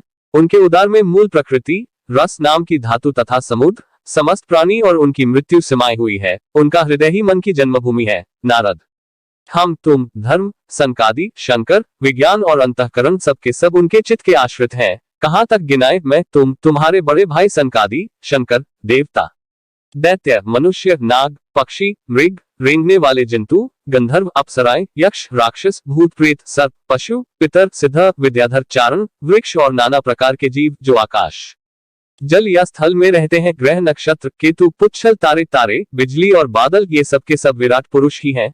यह संपूर्ण विश्व जो कुछ कभी था, है या होगा, सबको वह घेरे हुए है और उसके अंदर यह विश्व उसके केवल 10 अंगुल एक परिमाण में ही स्थित है। जैसे सूर्य अपने मंडल को प्रकाशित करते हुए ही बाहर भी प्रकाश फैलाते हैं, वैसे ही पुराण पुरुष परमात्मा भी संपूर्ण विराट विग्रह को प्रकाशित करते हुए ही उसके बाहर भीतर सर्वत्र एक रस प्रकाशित हो रहा है। मुनिव, जो कुछ मनुष्य की क्रिया और संकल्प से बनता है, उससे वह परे है और अमृत एवं अभय पद मोक्ष का स्वामी है। यही कारण है कि कोई भी उसकी महिमा का पार नहीं पा सकता। संपूर्ण लोक भगवान के एक पाद मात्र अंश मात्र है तथा उनके अंश मात्र लोकों में समस्त प्राणी निवास करते हैं। भूलोक, भुवरलोक और स्वलोक के ऊपर महलोक है। उसके भी ऊपर जन, तप और सत्य लोकों में क्रमशः अमृत, क्षेम एवं अभय का नित्य निवास है। जन, तप और सत्य, इन तीनों लोकों में ब्रह्मचारी, वानप्रस्थ एवं सन्यासी निवास करते हैं। दीर्घकालीन ब्रह्मचर्य से रहित गृहस्थ भूलोक, भुवरलोक और स्वलोक के भीतर ही निवास करते हैं। शास्त्रों में 2 मार्ग बतलाए गए हैं, एक अविद्या रूप कर्म मार्ग जो सकौम पुरुषों के लिए है और दूसरा उपासना रूप विद्या का मार्ग जो निष्काम उपासकों के लिए है। मनुष्य दोनों में से किसी एक का आश्रय लेकर भोग प्राप्त कराने वाले दक्षिण मार्ग से अथवा मोक्ष प्राप्त कराने वाले उत्तर मार्ग से यात्रा करता है, किंतु पुरुषोत्तम भगवान दोनों के आधारभूत हैं। जैसे सूर्य अपनी किरणों से सबको प्रकाशित करते हुए भी सबसे अलग है, वैसे ही जिन परमात्मा से इस अंड की और पंचभूत, एकादश इंद्रिय एवं गुणमय विराट की उत्पत्ति हुई है, वे प्रभु भी इन समस्त वस्तुओं के अंदर और उनके रूप में रहते हुए भी उनसे सर्वथा अतीत हैं। जिस समय इस विराट पुरुष के नाभि कमल से मेरा जन्म हुआ, उस समय इस पुरुष के अंगों के अतिरिक्त मुझे और कोई भी यज्ञ की सामग्री नहीं मिली। तब मैंने उनके अंगों में ही यज्ञ के पशु, युक्त स्तंभ, कुश, यह यज्ञ भूमि और यज्ञ के योग्य उत्तम काल की कल्पना की। ऋषि श्रेष्ठ, यज्ञ के लिए आवश्यक पात्र आदि वस्तुएं, जौ, चावल आदि औषधियां, घृत आदि स्नेह पदार्थ, छह रस, लोहा, मिट्टी, जल, ऋक, यजु, साम, चातुर्होत्र यज्ञों के नाम, मंत्र, दक्षिणा, व्रत, देवताओं के नाम, पद्धति, ग्रंथ, संकल्प, तंत्र, अनुष्ठान की रीति, गति, मति, श्रद्धा, प्रायश्चित और समर्पण, यह समस्त यज्ञ सामग्री मैंने विराट पुरुष के अंगों से ही इकट्ठी की। इस प्रकार विराट पुरुष के अंगों से ही सारी सामग्री का संग्रह करके मैंने उन्हीं सामग्रियों से उन यज्ञ स्वरूप परमात्मा का यज्ञ के यजन किया। तदनंतर तुम्हारे बड़े भाई इन 9 प्रजापतियों ने अपने चित्त को पूर्ण समाहित करके विराट एवं अंतर्यामी रूप से स्थित उस पुरुष की आराधना की। इसके पश्चात समय समय पर मनु, ऋषि, पितर, देवता, दैत्य और मनुष्यों ने यज्ञों के द्वारा भगवान की आराधना की। नारद, यह संपूर्ण विश्व उन्हीं भगवान नारायण में स्थित है जो स्वयं तो प्राकृत गुणों से रहित है, परंतु सृष्टि के प्रारंभ में माया के द्वारा बहुत से गुण ग्रहण कर लेते हैं। उन्हीं की प्रेरणा से मैं इस संसार की रचना करता हूँ। उन्हीं के अधीन होकर रुद्र इसका संहार करते हैं और वे स्वयं ही विष्णु के रूप से इसका पालन करते हैं, क्योंकि उन्होंने सत्व, रज और तम की 3 शक्तियां स्वीकार कर रखी हैं। बेटा, जो कुछ तुमने पूछा था उसका उत्तर मैंने तुम्हें दे दिया। भाव या अभाव, कार्य या कारण के रूप में ऐसी कोई भी वस्तु नहीं है जो भगवान से भिन्न हो। प्यारे नारद, मैं प्रेम पूर्ण एवं उत्कंठित हृदय से भगवान के स्मरण में मग्न रहता हूँ। इसी से मेरी वाणी कभी असत्य होती नहीं दिखती, मेरा मन कभी असत्य संकल्प नहीं करता और मेरी इंद्रियां भी कभी मर्यादा का उल्लंघन करके कुमार्ग में नहीं जाती। मैं वेदमूर्ति हूँ, मेरा जीवन तपस्या में है। बड़े बड़े प्रजापति मेरी वंदना करते हैं और मैं उनका स्वामी हूँ। पहले मैंने बड़ी निष्ठा से योग का सर्वांग अनुष्ठान किया था, परंतु मैं अपने मूल कारण परमात्मा के स्वरूप को नहीं जान सका, क्योंकि वे तो एकमात्र भक्ति से ही प्राप्त होते हैं। मैं तो परम मंगलमय एवं शरण आए हुए भक्तों को जन्म मृत्यु से छुड़ाने वाले परम कल्याण स्वरूप भगवान के चरणों को ही नमस्कार करता हूँ। उनकी माया की शक्ति अपार है। जैसे आकाश अपने अंत को नहीं जानता, वैसे ही वे भी अपनी महिमा का विस्तार नहीं जानते। ऐसी स्थिति में दूसरे तो उसका पार पा ही कैसे सकते हैं। मैं, मेरे पुत्र, तुम लोग और शंकर जी भी उनके सत्य स्वरूप को नहीं जानते, तब दूसरे देवता तो उन्हें जान ही कैसे सकते हैं। हम सब इस प्रकार मोहित हो रहे हैं कि उनकी माया के द्वारा रचे हुए जगत को भी ठीक ठीक नहीं समझ सकते, अपनी अपनी बुद्धि के अनुसार ही अटकल लगाते हैं। हम लोग केवल जिनके अवतार की लीलाओं का गान ही करते रहते हैं, उनके तत्व को नहीं जानते। उन भगवान के श्री चरणों में मैं नमस्कार करता हूँ। वे अजन्मा एवं पुरुषोत्तम है। प्रत्येक कल्प में वे स्वयं अपने आप की ही सृष्टि करते हैं, रक्षा करते हैं और संहार कर लेते हैं। वे माया के लेश से रहित केवल ज्ञान स्वरूप है और अंतरात्मा के रूप में एक स्थित है। वे तीनों काल में सत्य एवं परिपूर्ण है, न उनका आदि न अंत। वे तीनों गुणों से रहित, सनातन एवं अद्वितीय है। नारद, महात्मा लोग जिस समय अपने अंतःकरण, इंद्रिय और शरीर को शांत कर लेते हैं, उस समय उनका साक्षात्कार करते हैं, परंतु जब असत पुरुषों के द्वारा कुतर्कों का जाल बिछाकर उनको ढक दिया जाता है, तब उनके दर्शन नहीं हो पाते। परमात्मा का पहला अवतार विराट पुरुष है। उसके सिवा काल, स्वभाव, कार्य, कारण, मन, पंचभूत, अहंकार, तीनों गुण, इंद्रियां, ब्राह्मण शरीर, उसका अभिमानी, स्थावर और जंगम जीव सब के सब उन अनंत भगवान के ही रूप हैं। मैं, शंकर, अन्य भक्तजन, स्वर्ग लोक के रक्षक, पक्षियों के राजा, मनुष्य लोक के राजा, नीचे के लोकों के राजा, गंधर्व, विद्याधर और चारणों के अधिनायक, यक्ष, राक्षस, सांप और नागों के स्वामी, महर्षि, पितृपति, दैत्येंद्र, सिद्धेश्वर, दानवराज और भी प्रेम पिशाच, भूत, कुष्मांड, जल जंतु, मृग और पक्षियों के स्वामी, एवं संसार में और भी जितनी वस्तुएं ऐश्वर्य, तेज, इंद्रिय बल, मनोबल, शरीर बल या क्षमा से युक्त हैं, अथवा जो भी विशेष सौंदर्य, लज्जा, वैभव तथा वर्ण वाली, रूपवान या अरूप हैं, वे सब के सब परमतत्व में भगवत स्वरूपी हैं। नारद, इनके सिवा परम पुरुष परमात्मा के परम पवित्र एवं प्रधान प्रधान लीलावतार भी शास्त्रों में वर्णित हैं। उनका मैं क्रमशः वर्णन करता हूँ। उनके चरित्र सुनने में बड़े मधुर एवं श्रवणेन्द्रिय के दोषों को दूर करने वाले हैं। तुम सावधान होकर उनका रस लो।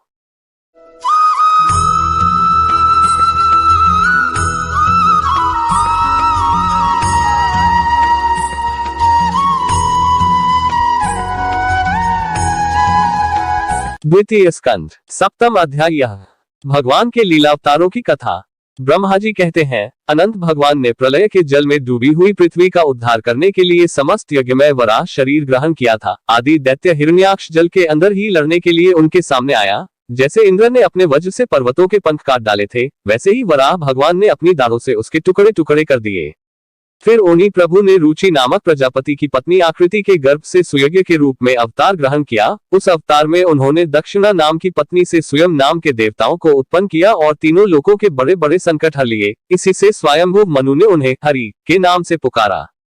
नारद। कर्दम प्रजापति के घर देवहूति के गर्भ से 9 बहिनों के साथ भगवान ने कपिल के रूप में अवतार ग्रहण किया। उन्होंने अपनी माता को उस आत्मज्ञान का उपदेश किया जिससे वे इसी जन्म में अपने हृदय के संपूर्ण मल, तीनों गुणों की आसक्ति का सारा कीचड़ धोकर कपिल भगवान के वास्तविक स्वरूप को प्राप्त हो गईं। महर्षि अत्रि भगवान को पुत्र रूप में प्राप्त करना चाहते थे। उन पर प्रसन्न होकर भगवान ने उनसे एक दिन कहा कि मैंने अपने आप को तुम्हें दे दिया। इसी से अवतार लेने पर भगवान का नाम दत्तात्रेय पड़ा। उनके चरण कमलों के पराग से अपने शरीर को पवित्र करके राजा यदु और सहस्त्रार्जुन आदि ने योग की, भोग और मोक्ष दोनों ही सिद्धियां प्राप्त की। नारद। सृष्टि के प्रारंभ में मैंने विविध लोकों को रचने की इच्छा से तपस्या की। मेरे उस अखंड तप से प्रसन्न होकर उन्होंने तप अर्थ वाले सन नाम से युक्त होकर सनद, सनंदन, सनातन और सनत कुमार के रूप में अवतार ग्रहण किया। इस अवतार में उन्होंने प्रलय के कारण पहले कल्प के भूले हुए आत्मज्ञान का ऋषियों के प्रति यथावत उपदेश किया, जिससे उन लोगों ने तत्काल परम तत्व का अपने हृदय में साक्षात्कार कर लिया। धर्म की पत्नी दक्ष कन्या मूर्ति के गर्भ से वे नर नारायण के रूप में प्रकट हुए। उनकी तपस्या का प्रभाव उन्हीं के जैसा है। इंद्र की भेजी हुई काम की सेना अप्सराएं उनके सामने जाते ही अपना स्वभाव खो बैठी। वे अपने हाव भाव से उन आत्मस्वरूप भगवान की तपस्या में विघ्न नहीं डाल सकी। नारद। शंकर आदि महानुभाव अपनी रोष भरी दृष्टि से कामदेव को जला देते हैं, परंतु अपने आप को जलाने वाले असह्य क्रोध को वे नहीं जला पाते। वही क्रोध नर नारायण के निर्मल हृदय में प्रवेश करने के पहले ही दर्द के मारे कांप जाता है। फिर भला उनके हृदय में काम का प्रवेश तो हो ही कैसे सकता है।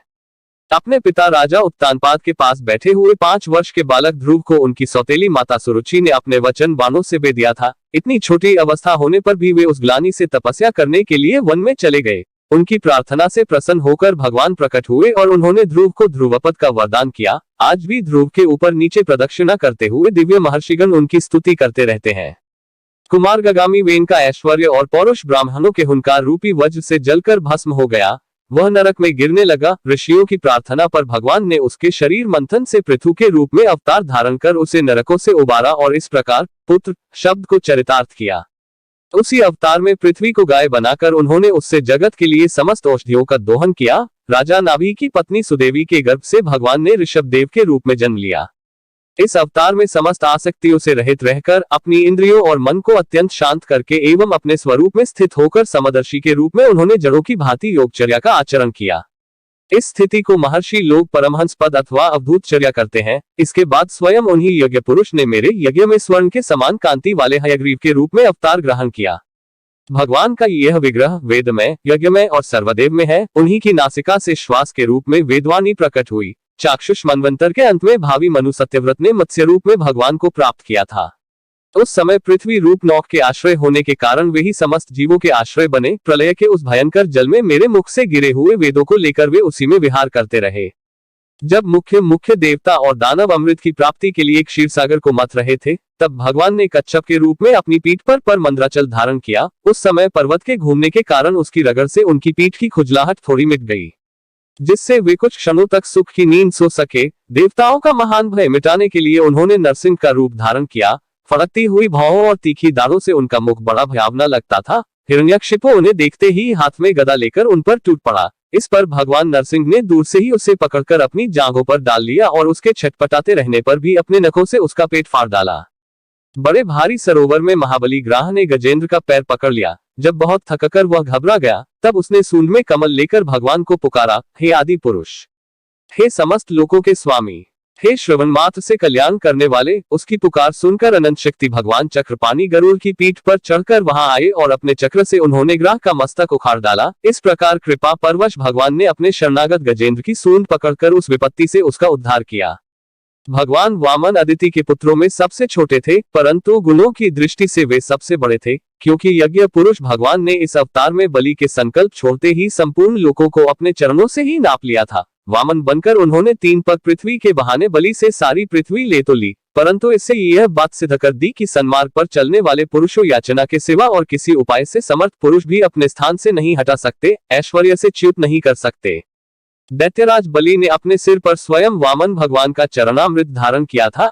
ऐसी स्थिति में उन्हें जो देवताओं के राजा इंद्र की पदवी मिली, इसमें कोई बलि का पुरुषार्थ नहीं था। अपने गुरु शुक्राचार्य के मना करने पर भी वे अपनी प्रतिज्ञा के विपरीत कुछ भी करने को तैयार नहीं हुए, और तो क्या, भगवान का तीसरा पद पूरा करने के लिए उनके चरणों में सिर रखकर उन्होंने अपने आप को भी समर्पित कर दिया। नारद, तुम्हारे अत्यंत प्रेम भाव से परम प्रसन्न होकर हंस के रूप में भगवान ने तुम्हें योग, ज्ञान और आत्म तत्व को प्रकाशित करने वाले भागवत धर्म का उपदेश किया। वह केवल भगवान के शरणागत भक्तों को ही सुगमता से प्राप्त होता है। वे ही भगवान स्वयंभू आदि मनवंतरों में मनु के रूप में अवतार लेकर मनुवंश की रक्षा करते हुए दासों दिशाओं में अपने सुदर्शन चक्र के समान तेज से बरोक टोक निष्कंटक राज्य करते हैं। तीनों लोकों के ऊपर सत्यलोक तक उनके चरित्रों की कमनीय कीर्ति फैल जाती है, और उसी रूप में वे समय समय पर पृथ्वी के भारभूत दुष्ट राजाओं का दमन भी करते रहते हैं। स्वनामधन्य भगवान धन्वंतरी अपने नाम से ही बड़े बड़े रोगियों के रोग तत्काल नष्ट कर देते हैं। उन्होंने अमृत पिलाकर देवताओं को अमर कर दिया और दैत्यों के द्वारा हरण किए हुए उनके यज्ञ भाग उन्हें फिर से दिला दिए। उन्होंने ही अवतार लेकर संसार में आयुर्वेद का प्रवर्तन किया। जब संसार में ब्राह्मण द्रोही आर्य मर्यादा का उल्लंघन करने वाले नारकीय क्षत्रिय अपने नाश के लिए ही देववश बढ़ जाते हैं और पृथ्वी के कांटे बन जाते हैं, तब भगवान महापराक्रमी परशुराम के रूप में अवतीर्ण होकर अपनी तीखी धार वाले फरसे से 21 बार उनका संहार करते हैं। मायापति भगवान हम पर अनुग्रह करने के लिए अपनी कलाओं भरत, शत्रुघ्न और लक्ष्मण एक साथ श्रीराम के रूप से इक्ष्वाकु के वंश में अवतीर्ण होते हैं। इस अवतार में अपने पिता की आज्ञा का पालन करने के लिए अपनी पत्नी और भाई के साथ वे वन में निवास करते हैं। उसी समय उनसे विरोध करके रावण उनके हाथों मरता है, त्रिपुर विमान की जलाने के लिए उदत शंकर के समान। जिस समय भगवान राम शत्रु की नगरी लंका को भस्म करने के लिए समुद्र तट पर पहुंचते हैं, उस समय सीता के वियोग के कारण बढ़ी हुई क्रोधाग्नि से उनकी आंखें इतनी लाल हो जाती हैं कि उनकी दृष्टि से ही मगरमच्छ, सांप और ग्राह आदि जीव जलने लगते हैं और भय से थरथर कांपता हुआ समुद्र झटपट उन्हें मार दे देता है। जब रावण की कठोर छाती से टकराकर इंद्र के वाहन ऐरावत के दांत चूर चूर होकर चारों ओर फैल गए थे, जिससे दिशाएं सफेद हो गई थी, तब दिग्विजयी रावण घमंड से फूलकर हंसने लगा था। वही रावण जब श्री रामचंद्र जी की पत्नी सीता जी को चुराकर ले जाता है और लड़ाई के मैदान में उनसे लड़ने के लिए गर्वपूर्वक आता है, तब भगवान श्री राम के धनुष की टंकार से ही उसका वह घमंड प्राणों के साथ तत्क्षण विलीन हो जाता है। जिस समय झुंड के झुंड दैत्य पृथ्वी को रौंद डालेंगे, उस समय उसका भार उतारने के लिए भगवान अपने सफेद और काले केश से बलराम और श्री कृष्ण के रूप में कलावतार ग्रहण करेंगे। वे अपनी महिमा को प्रकट करने वाले इतने अद्भुत चरित्र करेंगे कि संसार के मनुष्य उनकी लीलाओं का रहस्य बिल्कुल नहीं समझ सकेंगे। बचपन में ही पूतना के प्राण हर लेना, 3 महीने की अवस्था में पैर उछालकर बड़ा भारी छकड़ा उलट देना और घुटनों के बल चलते चलते आकाश को छूने वाले यमलार्जुन वृक्षों के बीच में जाकर उन्हें उखाड़ डालना, ये सब ऐसे कर्म है जिन्हें भगवान के सिवा और कोई नहीं कर सकता। जब कालियनाग के विष से दूषित हुआ यमुना जल पीकर बछड़े और गोप बालक मर जाएंगे, तब वे अपनी सुधामयी कृपा दृष्टि की वर्षा से ही उन्हें जीवित कर देंगे और यमुना जल शुद्ध करने के लिए वे उसमें विहार करेंगे तथा विष की शक्ति से जीभ लपल पाते हुए कालियनाग को वहां से निकाल देंगे। उसी दिन रात को जब सब लोग वहीं यमुना तट पर सो जाएंगे और दावाग्नि से आसपास का मूंज का वन चारों ओर से जलने लगेगा, तब बलराम जी के साथ वे प्राण संकट में पड़े हुए ब्रजवासियों को उनकी आंखें बंद कराकर उस अग्नि से बचा लेंगे। उनकी यह लीला भी अलौकिक ही होगी। उनकी शक्ति वास्तव में अचिंत्य है। उनकी माता उन्हें बांधने के लिए जो रस्सी लाएंगी वही उनके उदर में पूरी नहीं पड़ेगी, 2 अंगुल छोटी ही रह जाएगी। तथा जन्म लेते समय श्री कृष्ण के मुख में 14 भुवन देखकर पहले तो यशोदा भयभीत हो जाएंगी, परंतु फिर वे संभल जाएंगी। वे नंद बाबा को अजगर के भय से और वरुण के पाश से छुड़ाएंगे।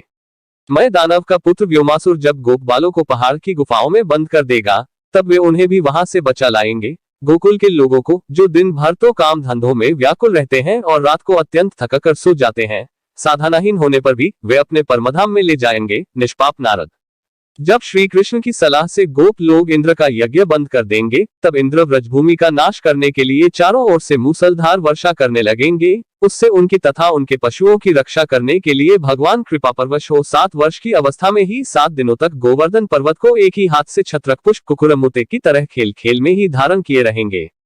वृंदावन में विहार करते हुए रास करने की इच्छा से वे रात के समय, जब चंद्रमा की उज्जवल चांदनी चारों ओर छिटक रही होगी, अपनी बांसुरी पर मधुर संगीत की लंबी तान छेड़ेंगे। उससे प्रेम विवश होकर आई हुई गोपियों को जब कुबेर का सेवक शंखचूड़ हरण करेगा, तब वे उसका सिर उतार लेंगे।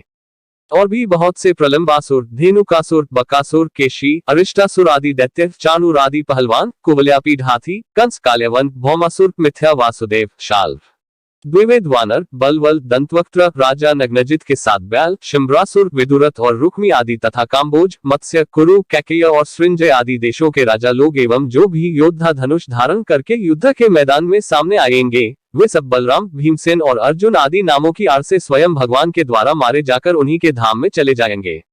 समय के फेर से लोगों की समझ कम हो जाती है, आयु भी कम होने लगती है। उस समय जब भगवान देखते हैं कि अब ये लोग मेरे तत्व को बतलाने वाली वेदवाणी को समझने में असमर्थ होते जा रहे हैं, तब प्रत्येक कल्प में सत्यवती के गर्भ से व्यास के रूप में प्रकट होकर वे वेदरूपी वृक्ष का विभिन्न शाखाओं के रूप में विभाजन कर देते हैं। देवताओं के शत्रु दैत्य लोग भी वेद मार्ग का सहारा लेकर मयदानव के बनाए हुए अदृश्य वेग वाले नगरों में रहकर लोगों का सत्यानाश करने लगेंगे।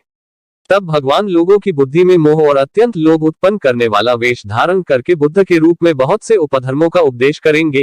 कलयुग के अंत में जब सत्पुरुषों के घर भी भगवान की कथा होने में बाधा पड़ने लगेगी, ब्राह्मण, क्षत्रिय तथा वैश्य पाखंडी और शूद्र राजा हो जाएंगे, यहाँ तक कि कहीं भी स्वाहा, स्वधा और त्वष्टकार की ध्वनि देवता पितरों के यज्ञ श्राद्ध की बात तक नहीं सुनाई पड़ेगी। तब कलयुग का शासन करने के लिए भगवान कल की अवतार ग्रहण करेंगे। जब संसार की रचना का समय होता है, तब तपस्या, 9 प्रजापति, मरीचि आदि ऋषि और मेरे रूप में। जब सृष्टि की रक्षा का समय होता है, तब धर्म, विष्णु, मनु, देवता और राजाओं के रूप में तथा जब सृष्टि के प्रलय का समय होता है, तब अधर्म, रुद्र तथा क्रोधवन नाम के सर्प एवं दैत्य आदि के रूप में सर्वशक्तिमान भगवान की माया विभूतियां ही प्रकट होती हैं। अपनी प्रतिभा के बल से पृथ्वी के एक एक धूलिकण को गिन चुकने पर भी जगत में ऐसा कौन पुरुष है जो भगवान की शक्तियों की गणना कर सके। जब वे त्रिविक्रम अवतार लेकर त्रिलोकी को नाप रहे थे, उस समय उनके चरणों में अदम्य वेग से प्रकृति रूप अंतिम आवरण से लेकर सत्यलोक तक सारा ब्राह्मण कांपने लगा था। तब उन्होंने ही अपनी शक्ति से उसे स्थिर किया था। समस्त सृष्टि की रचना और संहार करने वाली माया उनकी एक शक्ति है। ऐसी ऐसी अनंत शक्तियों के आश्रय उनके स्वरूप को न मैं जानता हूँ और न वे तुम्हारे बड़े भाई सनकादि ही।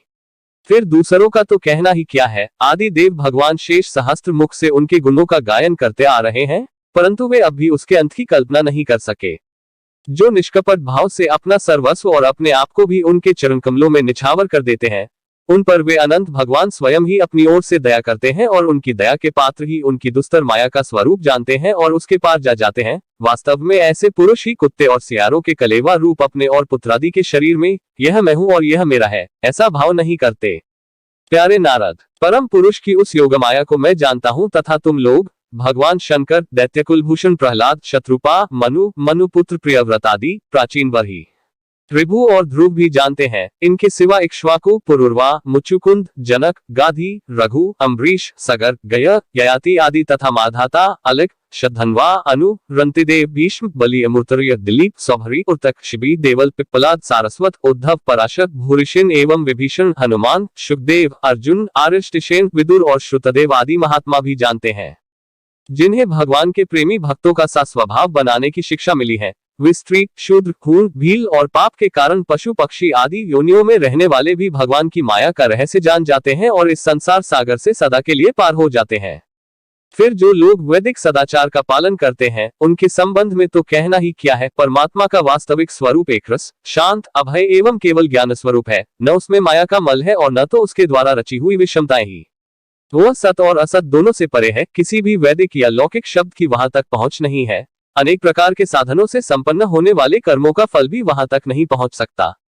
और तो क्या, स्वयं माया भी उसके सामने नहीं जा पाती, लजाकर भाग खड़ी होती है। परम पुरुष भगवान का वही परम पद है। महात्मा लोग उसी का शोकरहित अनंत आनंद स्वरूप ब्रह्म के रूप में साक्षात्कार करते हैं। संयमशील पुरुष उसी में अपने मन को सम्माहित करके स्थित हो जाते हैं। जैसे इंद्र स्वयं मेघ रूप से विद्यमान होने के कारण जल के लिए कुआं खोदने की कुदाल नहीं रखते, वैसे ही वे भेद दूर करने वाले ज्ञान साधनों को भी छोड़ देते हैं। समस्त कर्मों के फल भी भगवान ही देते हैं, क्योंकि मनुष्य अपने स्वभाव के अनुसार जो सब कर्म करता है वह सब उन्हीं की प्रेरणा से होता है। इस शरीर में रहने वाले पंचभूतों के अलग अलग हो जाने पर जब यह शरीर नष्ट हो जाता है, तब भी इसमें रहने वाला अजन्मा पुरुष आकाश के समान नष्ट नहीं होता। बेटा नारद, संकल्प से विश्व की रचना करने वाले षडैश्वर्य संपन्न श्रीहरि का मैंने तुम्हारे सामने संक्षेप से वर्णन किया। जो कुछ कार्य कारण अथवा भाव अभाव है, वह सब भगवान से भिन्न नहीं है। फिर भी भगवान तो इससे पृथक भी है ही। भगवान ने मुझे जो उपदेश किया था वह यही भागवत है। इसमें भगवान की विभूतियों का संक्षिप्त वर्णन है। तुम इसका विस्तार करो। जिस प्रकार सबके आश्रय और सर्वस्वरूप भगवान श्रीहरि में लोगों की प्रेममयी भक्ति हो, ऐसा निश्चय करके इसका वर्णन करो। जो पुरुष भगवान की अचिंत्य शक्ति माया का वर्णन या दूसरे के द्वारा किए हुए वर्णन का अनुमोदन करते हैं अथवा श्रद्धा के साथ नित्य श्रवण करते हैं, उनका चित्त माया से कभी मोहित नहीं होता।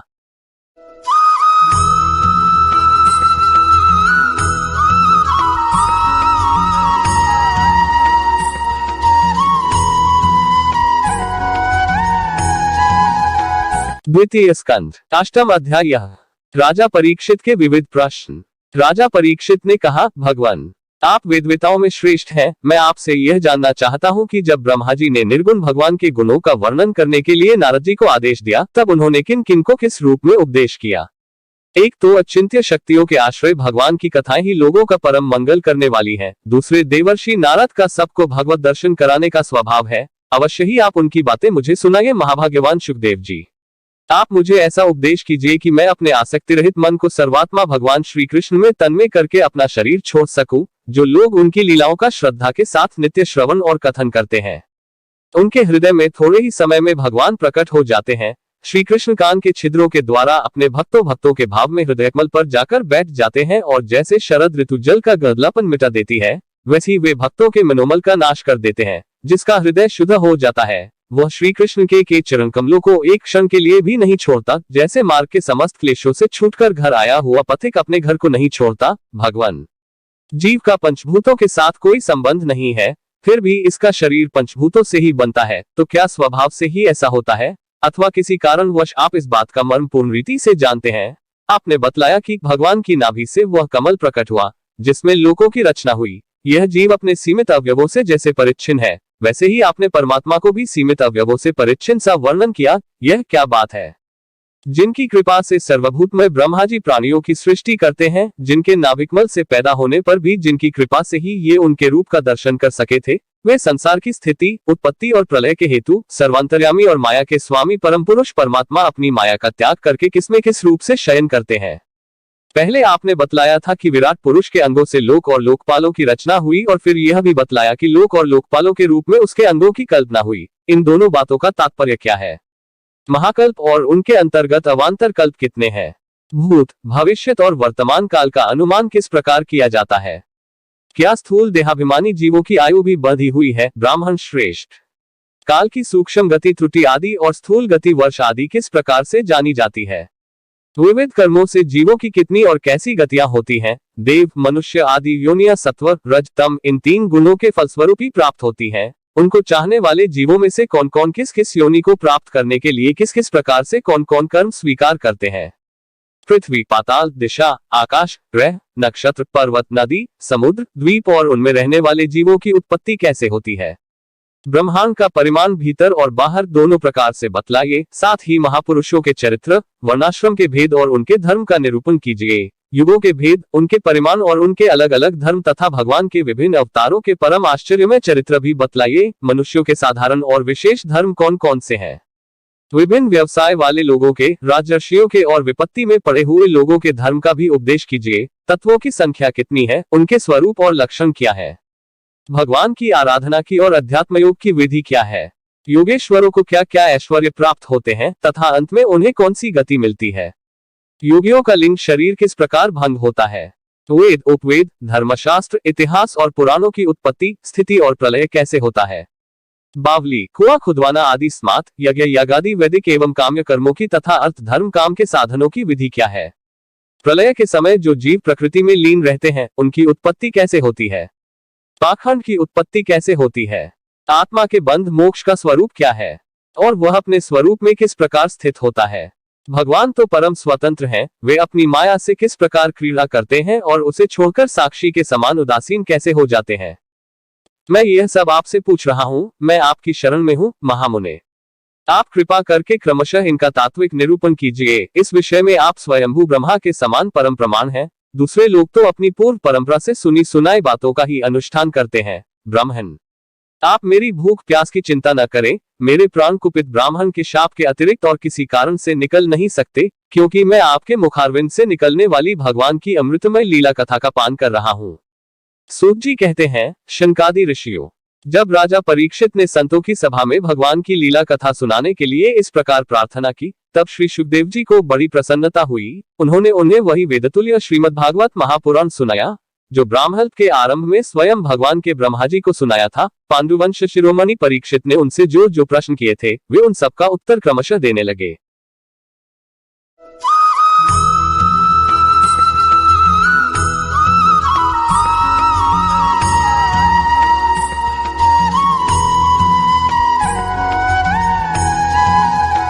द्वितीय स्कंध नवम अध्याय।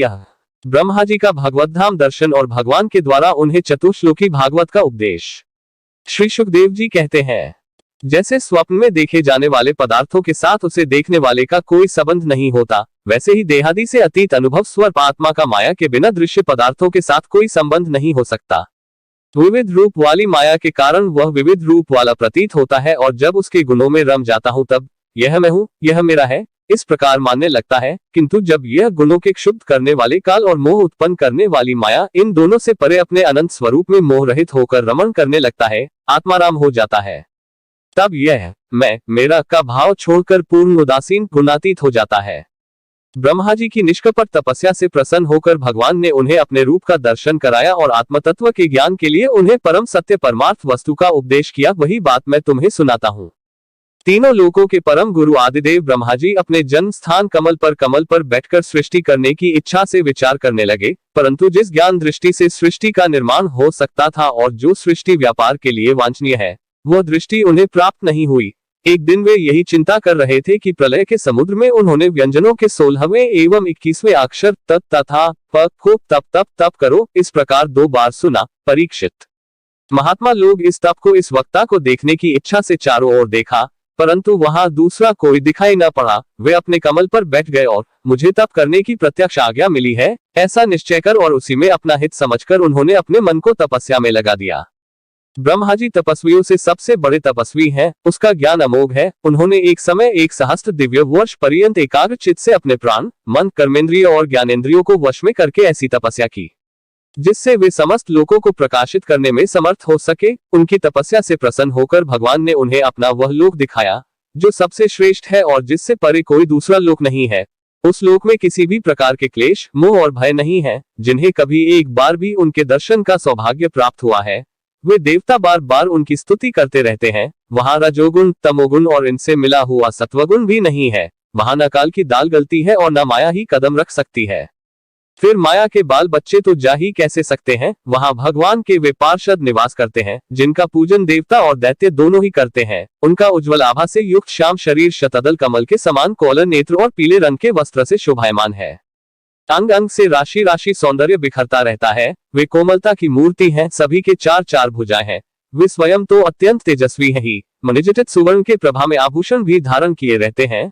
उनकी छवि मूंगे, वैदुर्यमणि और कमल के उज्ज्वल तंतु के समान है। उनके कानों में कुंडल, मस्तक पर मुकुट और कंठ में मालाएं शोभायमान है। जिस प्रकार आकाश बिजली सहित बादलों से शोभायमान होता है, वैसे ही वह लोक मनोहर कामिनियों की कांति से युक्त महात्माओं के दिव्य तेजों में विमानों से स्थान स्थान पर सुशोभित होता रहता है। उस वैकुंठ लोक में लक्ष्मी जी सुंदर रूप धारण करके अपनी विविध विभूतियों के द्वारा भगवान के चरण कमलों की अनेकों प्रकार से सेवा करती रहती हैं। कभी कभी जब वे झूले पर बैठकर अपने प्रियतम भगवान की लीलाओं का गायन करने लगती हैं, तब उनके सौंदर्य और सुरभि से उन्मत्त होकर भोरे स्वयं उन लक्ष्मी जी का गुणगान करने लगते हैं। ब्रह्मा जी ने देखा कि उस दिव्य लोक में समस्त भक्तों के रक्षक, लक्ष्मीपति, यज्ञपति एवं विश्वपति भगवान विराजमान है। सुनंद, नंद, प्रबल और अरहन आदि मुख्य पार्षदगण उन प्रभु की सेवा कर रहे हैं। उनका मुख कमल प्रसाद मधुर मुस्कान से युक्त है, आंखों में लाल लाल डोरियों है, बड़ी मोहक और मधुर चितवन है। ऐसा जान पड़ता है कि अभी अभी अपने प्रेमी भक्त को अपना सर्वस्व दे देंगे। सिर पर मुकुट, कानों में कुंडल और कंधे पर पीतांबर जगमगा रहे हैं। वक्षस्थल पर एक सुनहरी रेखा के रूप में श्री लक्ष्मी जी विराजमान है और सुंदर 4 भुजाएं हैं। वे एक सर्वोत्तम और बहुमूल्य आसन पर विराजमान है। पुरुष, प्रकृति, महतत्व, अहंकार, मन, 10 इंद्रिय, शब्द आदि 5 तन्मात्राएं और पंचभूत, ये 25 शक्तियां मूर्तिमान होकर उनके चारों ओर खड़ी हैं। समग्र ऐश्वर्य, धर्म, कीर्ति, श्री, ज्ञान और वैराग्य, इन 6 नित्य सिद्ध स्वरूपभूत शक्तियों से वे सर्वदा युक्त रहते हैं। उनके अतिरिक्त और कहीं भी ये नित्य रूप से निवास नहीं करती। वे सर्वेश्वर प्रभु अपने नित्य आनंदमय स्वरूप में ही नित्य निरंतर निमग्न रहते हैं। उनका दर्शन करते ही ब्रह्मा जी का हृदय आनंद के उद्रेक से लबालब भर गया। शरीर पुलकित हो उठा, नेत्रों में प्रेमाश्रु छलक आए। ब्रह्मा जी ने भगवान के उन चरण कमलों में जो परमहंसों के निवृत्ति मार्ग से प्राप्त हो सकते हैं, सिर झुकाकर प्रणाम किया। ब्रह्मा जी के प्यारे भगवान अपने प्रिय ब्रह्मा को प्रेम और दर्शन के आनंद में निमग्न, शरणागत तथा प्रजा सृष्टि के लिए आदेश देने के योग्य देखकर बहुत प्रसन्न हुए। उन्होंने ब्रह्मा जी से हाथ मिलाया तथा मंद मुस्कान से अलंकृत वाणी में कहा। श्री भगवान ने कहा, ब्रह्मा जी, तुम्हारे हृदय में तो समस्त वेदों का ज्ञान विद्यमान है। तुमने सृष्टि रचना की इच्छा से चिरकाल तक तपस्या करके मुझे भलीभांति संतुष्ट कर दिया है। मन में कपट रखकर योग साधन करने वाले मुझे कभी प्रसन्न नहीं कर सकते। तुम्हारा कल्याण हो, तुम्हारी जो अभिलाषा हो वही वर मुझसे मांग लग, क्योंकि मैं मुंह मांगी वस्तु देने में समर्थ हूँ। ब्रह्मा जी, जीव के समस्त कल्याणकारी साधनों का विश्राम पर्यवसान मेरे दर्शन में ही है। तुमने मुझे देखे बिना ही उस सूने जल में मेरी वाणी सुनकर इतनी घोर तपस्या की है। इसी से मेरी इच्छा से तुम्हें मेरे लोक का दर्शन हुआ है। तुम उस समय सृष्टि रचना का कर्म करने में किंकर्तव्य विमूढ़ हो रहे थे। इसी से मैंने तुम्हें तपस्या मेरा करने की आज्ञा दी थी, क्योंकि निष्पाप तपस्या मेरा हृदय है और मैं स्वयं तपस्या का आत्मा हूँ। मैं तपस्या से ही इस संसार की सृष्टि करता हूँ, तपस्या से ही इसका धारण पोषण करता हूँ और फिर तपस्या से ही इसे अपने में लीन कर लेता हूँ। तपस्या मेरी एक दुर्लंघ्य शक्ति है। ब्रह्मा जी ने कहा, भगवान, आप समस्त प्राणियों के अंतःकरण में साक्षी रूप से विराजमान रहते हैं। आप अपने अप्रतिहत ज्ञान से यह जानते ही हैं कि मैं क्या करना चाहता हूँ। नाथ, आप कृपा करके मुझ याचक की यह मांग पूरी कीजिए कि मैं रूप रहित आपके सगुण और निर्गुण दोनों ही रूपों को जान सकूं। आप माया के स्वामी हैं, आपका संकल्प कभी व्यर्थ नहीं होता। जैसे मकड़ी अपने मुंह से जाला निकालकर उसमें क्रीड़ा करती है और फिर उसे अपने में लीन कर लेती है, वैसे ही आप अपनी माया का आश्रय लेकर इस विविध शक्ति संपन्न जगत की उत्पत्ति, पालन और संहार करने के लिए अपने आप को ही अनेक रूपों में बना देते हैं और क्रीड़ा करते हैं। इस प्रकार आप कैसे करते हैं, इस मर्म को मैं जान सकूं, ऐसा ज्ञान आप मुझे दीजिए। आप मुझे पर ऐसी कृपा कीजिए कि मैं सजग रहकर सावधानी से आपकी आज्ञा का पालन कर सकूं और सृष्टि की रचना करते समय भी कर्तापन आदि के अभिमान बंध न जाऊं। प्रभु, आपने एक मित्र के समान हाथ पकड़कर मुझे अपना मित्र स्वीकार किया है, अतः जब मैं आपकी इस सेवा सृष्टि रचना में लगूं और सावधानी से पूर्व सृष्टि के गुण कर्मानुसार जीवों का विभाजन करने लगूं, तब कहीं अपने को जन्म कर्म से स्वतंत्र मानकर प्रबल अभिमान न कर बैठूं। श्री भगवान ने कहा, अनुभव, प्रेमा भक्ति और साधनों से युक्त अत्यंत गोपनीय अपने स्वरूप का ज्ञान मैं तुम्हें कहता हूँ, तुम उसे ग्रहण करो। मेरा जितना विस्तार है, मेरा जो लक्षण है, मेरे जितने और जैसे रूप, गुण और लीलाएं हैं, मेरी कृपा से तुम उनका तत्व ठीक ठीक वैसा ही अनुभव करो। सृष्टि के पूर्व केवल मैं था, मेरे अतिरिक्त न स्थूल था न सूक्ष्म और न तो दोनों का कारण अज्ञान। जहाँ यह सृष्टि है वहाँ मैं ही मैं हूँ और इस सृष्टि के रूप में जो कुछ प्रतीति हो रहा है वह भी मैं ही हूँ और जो कुछ बच रहेगा वह भी मैं ही हूँ। वास्तव में न होने पर भी जो कुछ अनिर्वचनीय वस्तु मेरे अतिरिक्त मुझ परमात्मा में दो चंद्रमाओं की तरह मिथ्या ही प्रतीति हो रही है, अथवा विद्यमान होने पर भी आकाश मंडल के नक्षत्रों में राहु की भांति जो मेरी प्रतीति नहीं होती, इसे मेरी माया समझना चाहिए। जैसे प्राणियों के पंचभूत रहित छोटे बड़े शरीरों में आकाशादि पंचमहाभूत उन शरीरों के कार्य रूप से निर्मित होने के कारण प्रवेश करते भी हैं और पहले से ही उन स्थानों और रूपों में कारण रूप से विद्यमान रहने के कारण प्रवेश नहीं भी करते, वैसे ही उन प्राणियों के शरीर की दृष्टि से मैं उनमें आत्मा के रूप से प्रवेश किए हुए हूँ और आत्मदृष्टि से अपने अतिरिक्त और कोई वस्तु न होने के कारण उनमें प्रविष्ट नहीं भी हूँ। यह ब्रह्म नहीं, यह ब्रह्म नहीं, इस प्रकार निषेध की पद्धति से और यह ब्रह्म है, यह ब्रह्म है, इस अन्वय की पद्धति से यही सिद्ध होता है कि सर्वातीत एवं सर्वस्वरूप भगवान ही सर्वदा और सर्वत्र स्थित है। वही वास्तविक तत्व है। जो आत्मा अथवा परमात्मा का तत्व जानना चाहते हैं उन्हें केवल इतना ही जानने की आवश्यकता है। ब्रह्मा जी, तुम अविचल समाधि के द्वारा मेरे इस सिद्धांत में पूर्ण निष्ठा कर लो, इससे तुम्हें कल्प कल्प में विविध प्रकार की सृष्टि रचना करते रहने पर भी कभी मोह नहीं होगा। श्री सुखदेव जी कहते हैं, लोक पितामह ब्रह्मा जी को इस प्रकार उपदेश देकर अजन्मा भगवान ने उनके देखते ही देखते अपने उस रूप को छिपा लिया। जब सर्वभूत स्वरूप ब्रह्मा जी ने देखा कि भगवान ने अपने इंद्रिय गोचर स्वरूप को हमारे नेत्रों के सामने से हटा लिया है, तब उन्होंने अंजलि बांधकर उन्हें प्रणाम किया और पहले कल्प में जैसी सृष्टि थी उसी रूप में इस विश्व की रचना की। एक बार धर्मपति प्रजापति ब्रह्मा जी ने सारी जनता का कल्याण हो अपने इस स्वार्थ को पूर्ति के लिए विधिपूर्वक यम नियमों को धारण किया। उस समय उनके पुत्रों में सबसे अधिक प्रिय परम भक्त देवर्षि नारद जी ने मायापति भगवान की माया का तत्व जानने की इच्छा से बड़े संयम, विनय और सौम्यता से अनुगत होकर उनकी सेवा की और उन्होंने सेवा से ब्रह्मा जी को ही संतुष्ट कर लिया। जब देवर्षि नारद ने देखा कि मेरे लोक पितामह पिताजी मुझ पर प्रसन्न हैं, तब उन्होंने उनसे यही प्रश्न किया जो तुम मुझसे कर रहे हो। उनके प्रश्न से ब्रह्मा जी और भी प्रसन्न हुए। फिर उन्होंने यह 10 लक्षण वाला भागवत पुराण अपने पुत्र नारद को सुनाया, जिसका स्वयं भगवान ने उन्हें उपदेश किया था। परीक्षित, जिस समय मेरे परम तेजस्वी पिता सरस्वती के तट पर बैठकर परमात्मा के ध्यान में मग्न थे, उस समय देवर्षि नारद जी ने वही भागवत उन्हें सुनाया। तुमने मुझसे जो यह प्रश्न किया है कि विराट पुरुष से इस जगत की उत्पत्ति कैसे हुई, तथा दूसरे भी जो बहुत से प्रश्न किए हैं, उन सबका उत्तर मैं उसी भागवत पुराण के रूप में देता हूँ।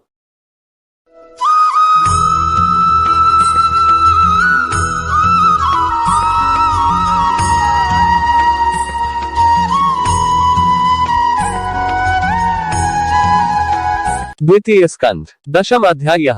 भागवत के 10 लक्षण। श्री सुखदेव जी कहते हैं, परीक्षित, इस भागवत पुराण में सर्ग, विसर्ग, स्थान, पोषण, उति, मनवंतर, ईशानुकथा, निरोध, मुक्ति और आश्रय, इन 10 विषयों का वर्णन है। इसमें जो 10वां आश्रय तत्व है, उसी का ठीक ठीक निश्चय करने के लिए कहीं श्रुति से, कहीं तात्पर्य से और कहीं दोनों के अनुकूल अनुभव से महात्माओं ने अन्य 9 विषयों का बड़ी सुगम रीति से वर्णन किया है। ईश्वर की प्रेरणा से गुणों में क्षोभ होकर रूपांतर होने से जो आकाशादि पंचभूत, शब्दादि तन्मात्राएं, इंद्रियां, अहंकार और महतत्व की उत्पत्ति होती है, उसको सर्ग कहते हैं। उस विराट पुरुष से उत्पन्न ब्रह्मा जी के द्वारा जो विभिन्न चराचर सृष्टियों का निर्माण होता है, उसका नाम विसर्ग। प्रतिपद नाश की ओर बढ़ने वाली सृष्टि को एक मर्यादा में स्थिर रखने से भगवान विष्णु की जो श्रेष्ठता सिद्ध होती है, उसका नाम स्थान है। अपने द्वारा सुरक्षित सृष्टि में भक्तों के ऊपर उनकी जो कृपा होती है, उसका नाम है पोषण। मनवंतरों के अधिपति जो भगवत भक्ति और प्रजापालन रूप शुद्ध धर्म का अनुष्ठान करते हैं, उसे मनवंतर कहते हैं।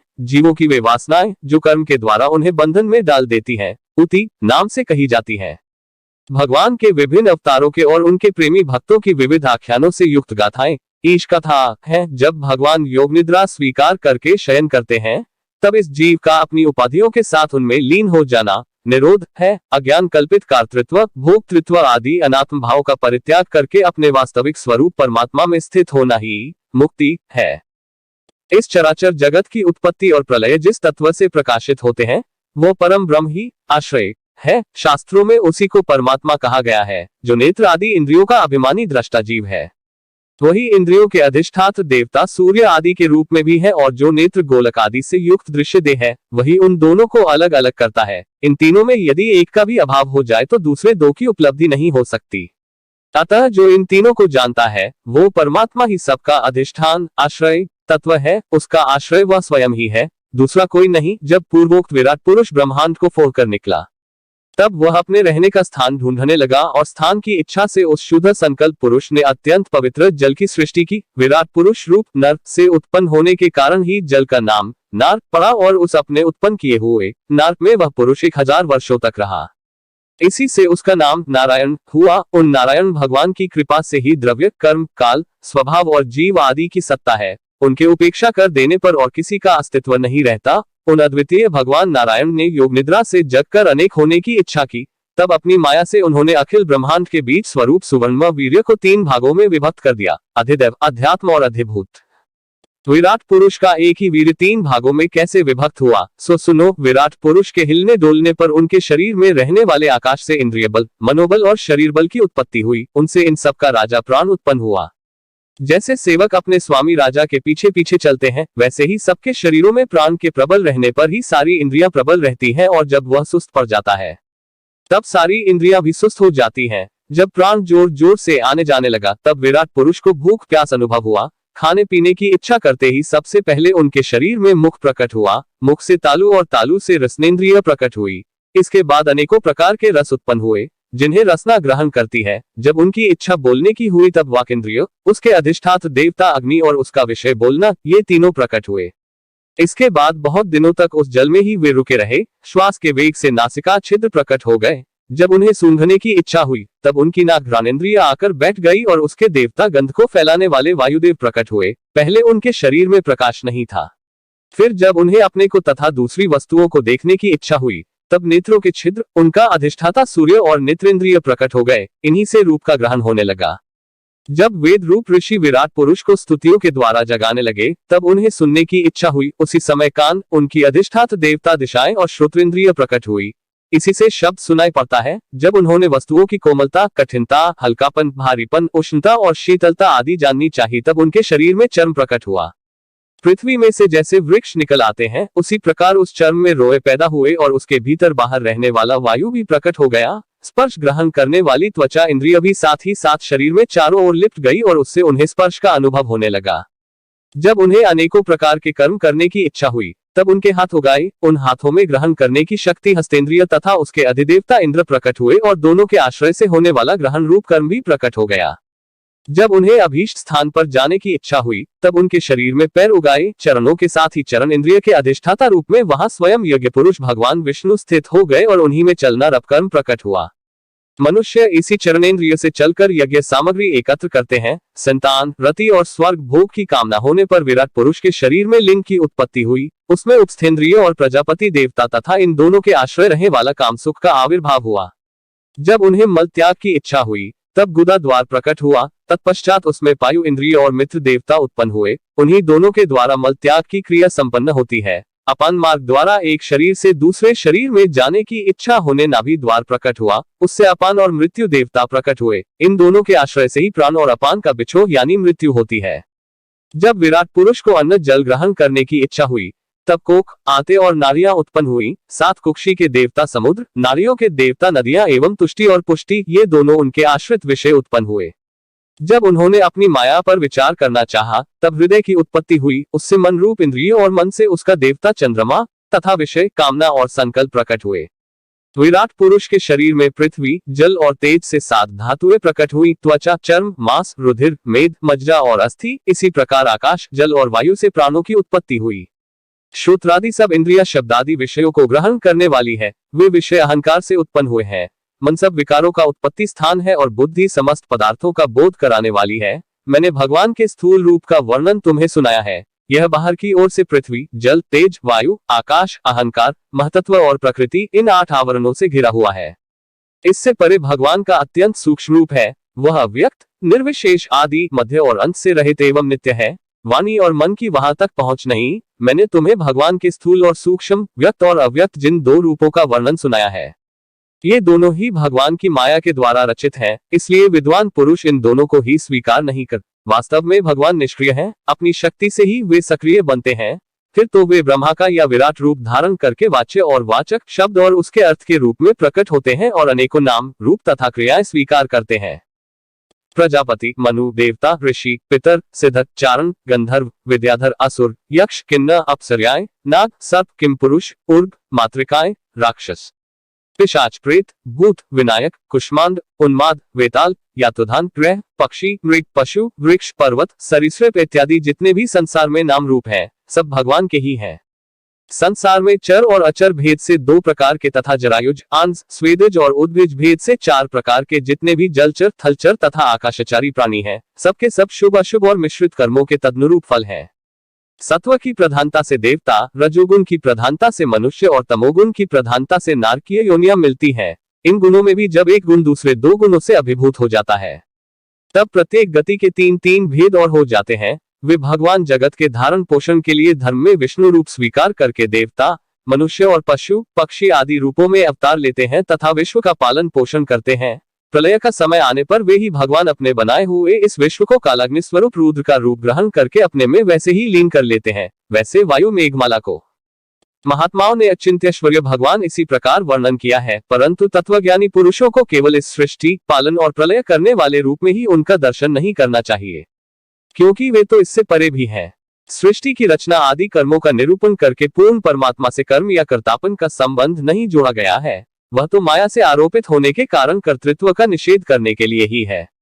यह मैंने ब्रह्मा जी के महाकल्प का अवान्तर कल्पों के साथ वर्णन किया है। सब कल्पों में सृष्टि क्रम एक सा ही है, अंतर है तो केवल इतना ही कि महाकल्प के प्रारंभ में प्रकृति क्रमशः महतत्वादी की उत्पत्ति होती है और कल्पों के प्रारंभ में प्राकृत सृष्टि तो ज्यों की त्यों रहती ही है। चराचर प्राणियों की वैकृत सृष्टि नवीन रूप से होती है। परीक्षित, काल का परिमाण, कल्प और उसके अंतर्गत मनवंतरों का वर्णन आगे चलकर करेंगे। अब तुम पाद्म कल्प का वर्णन सावधान होकर सुनो।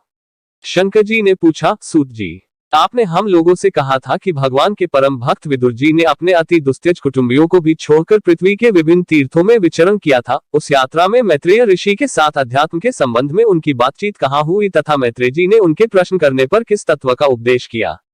सूत जी, आपका स्वभाव बड़ा सौम्य है, आप विदुर जी का वह चरित्र हमें सुनाइए। उन्होंने अपने भाई बंधुओं को क्यों छोड़ा और फिर उनके पास क्यों लौट आए?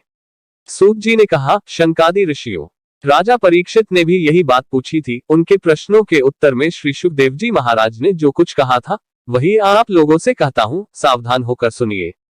इस प्रकार श्रीमद् भागवत महापुराण द्वितीय स्कंध के 10 अध्याय समाप्त हुए।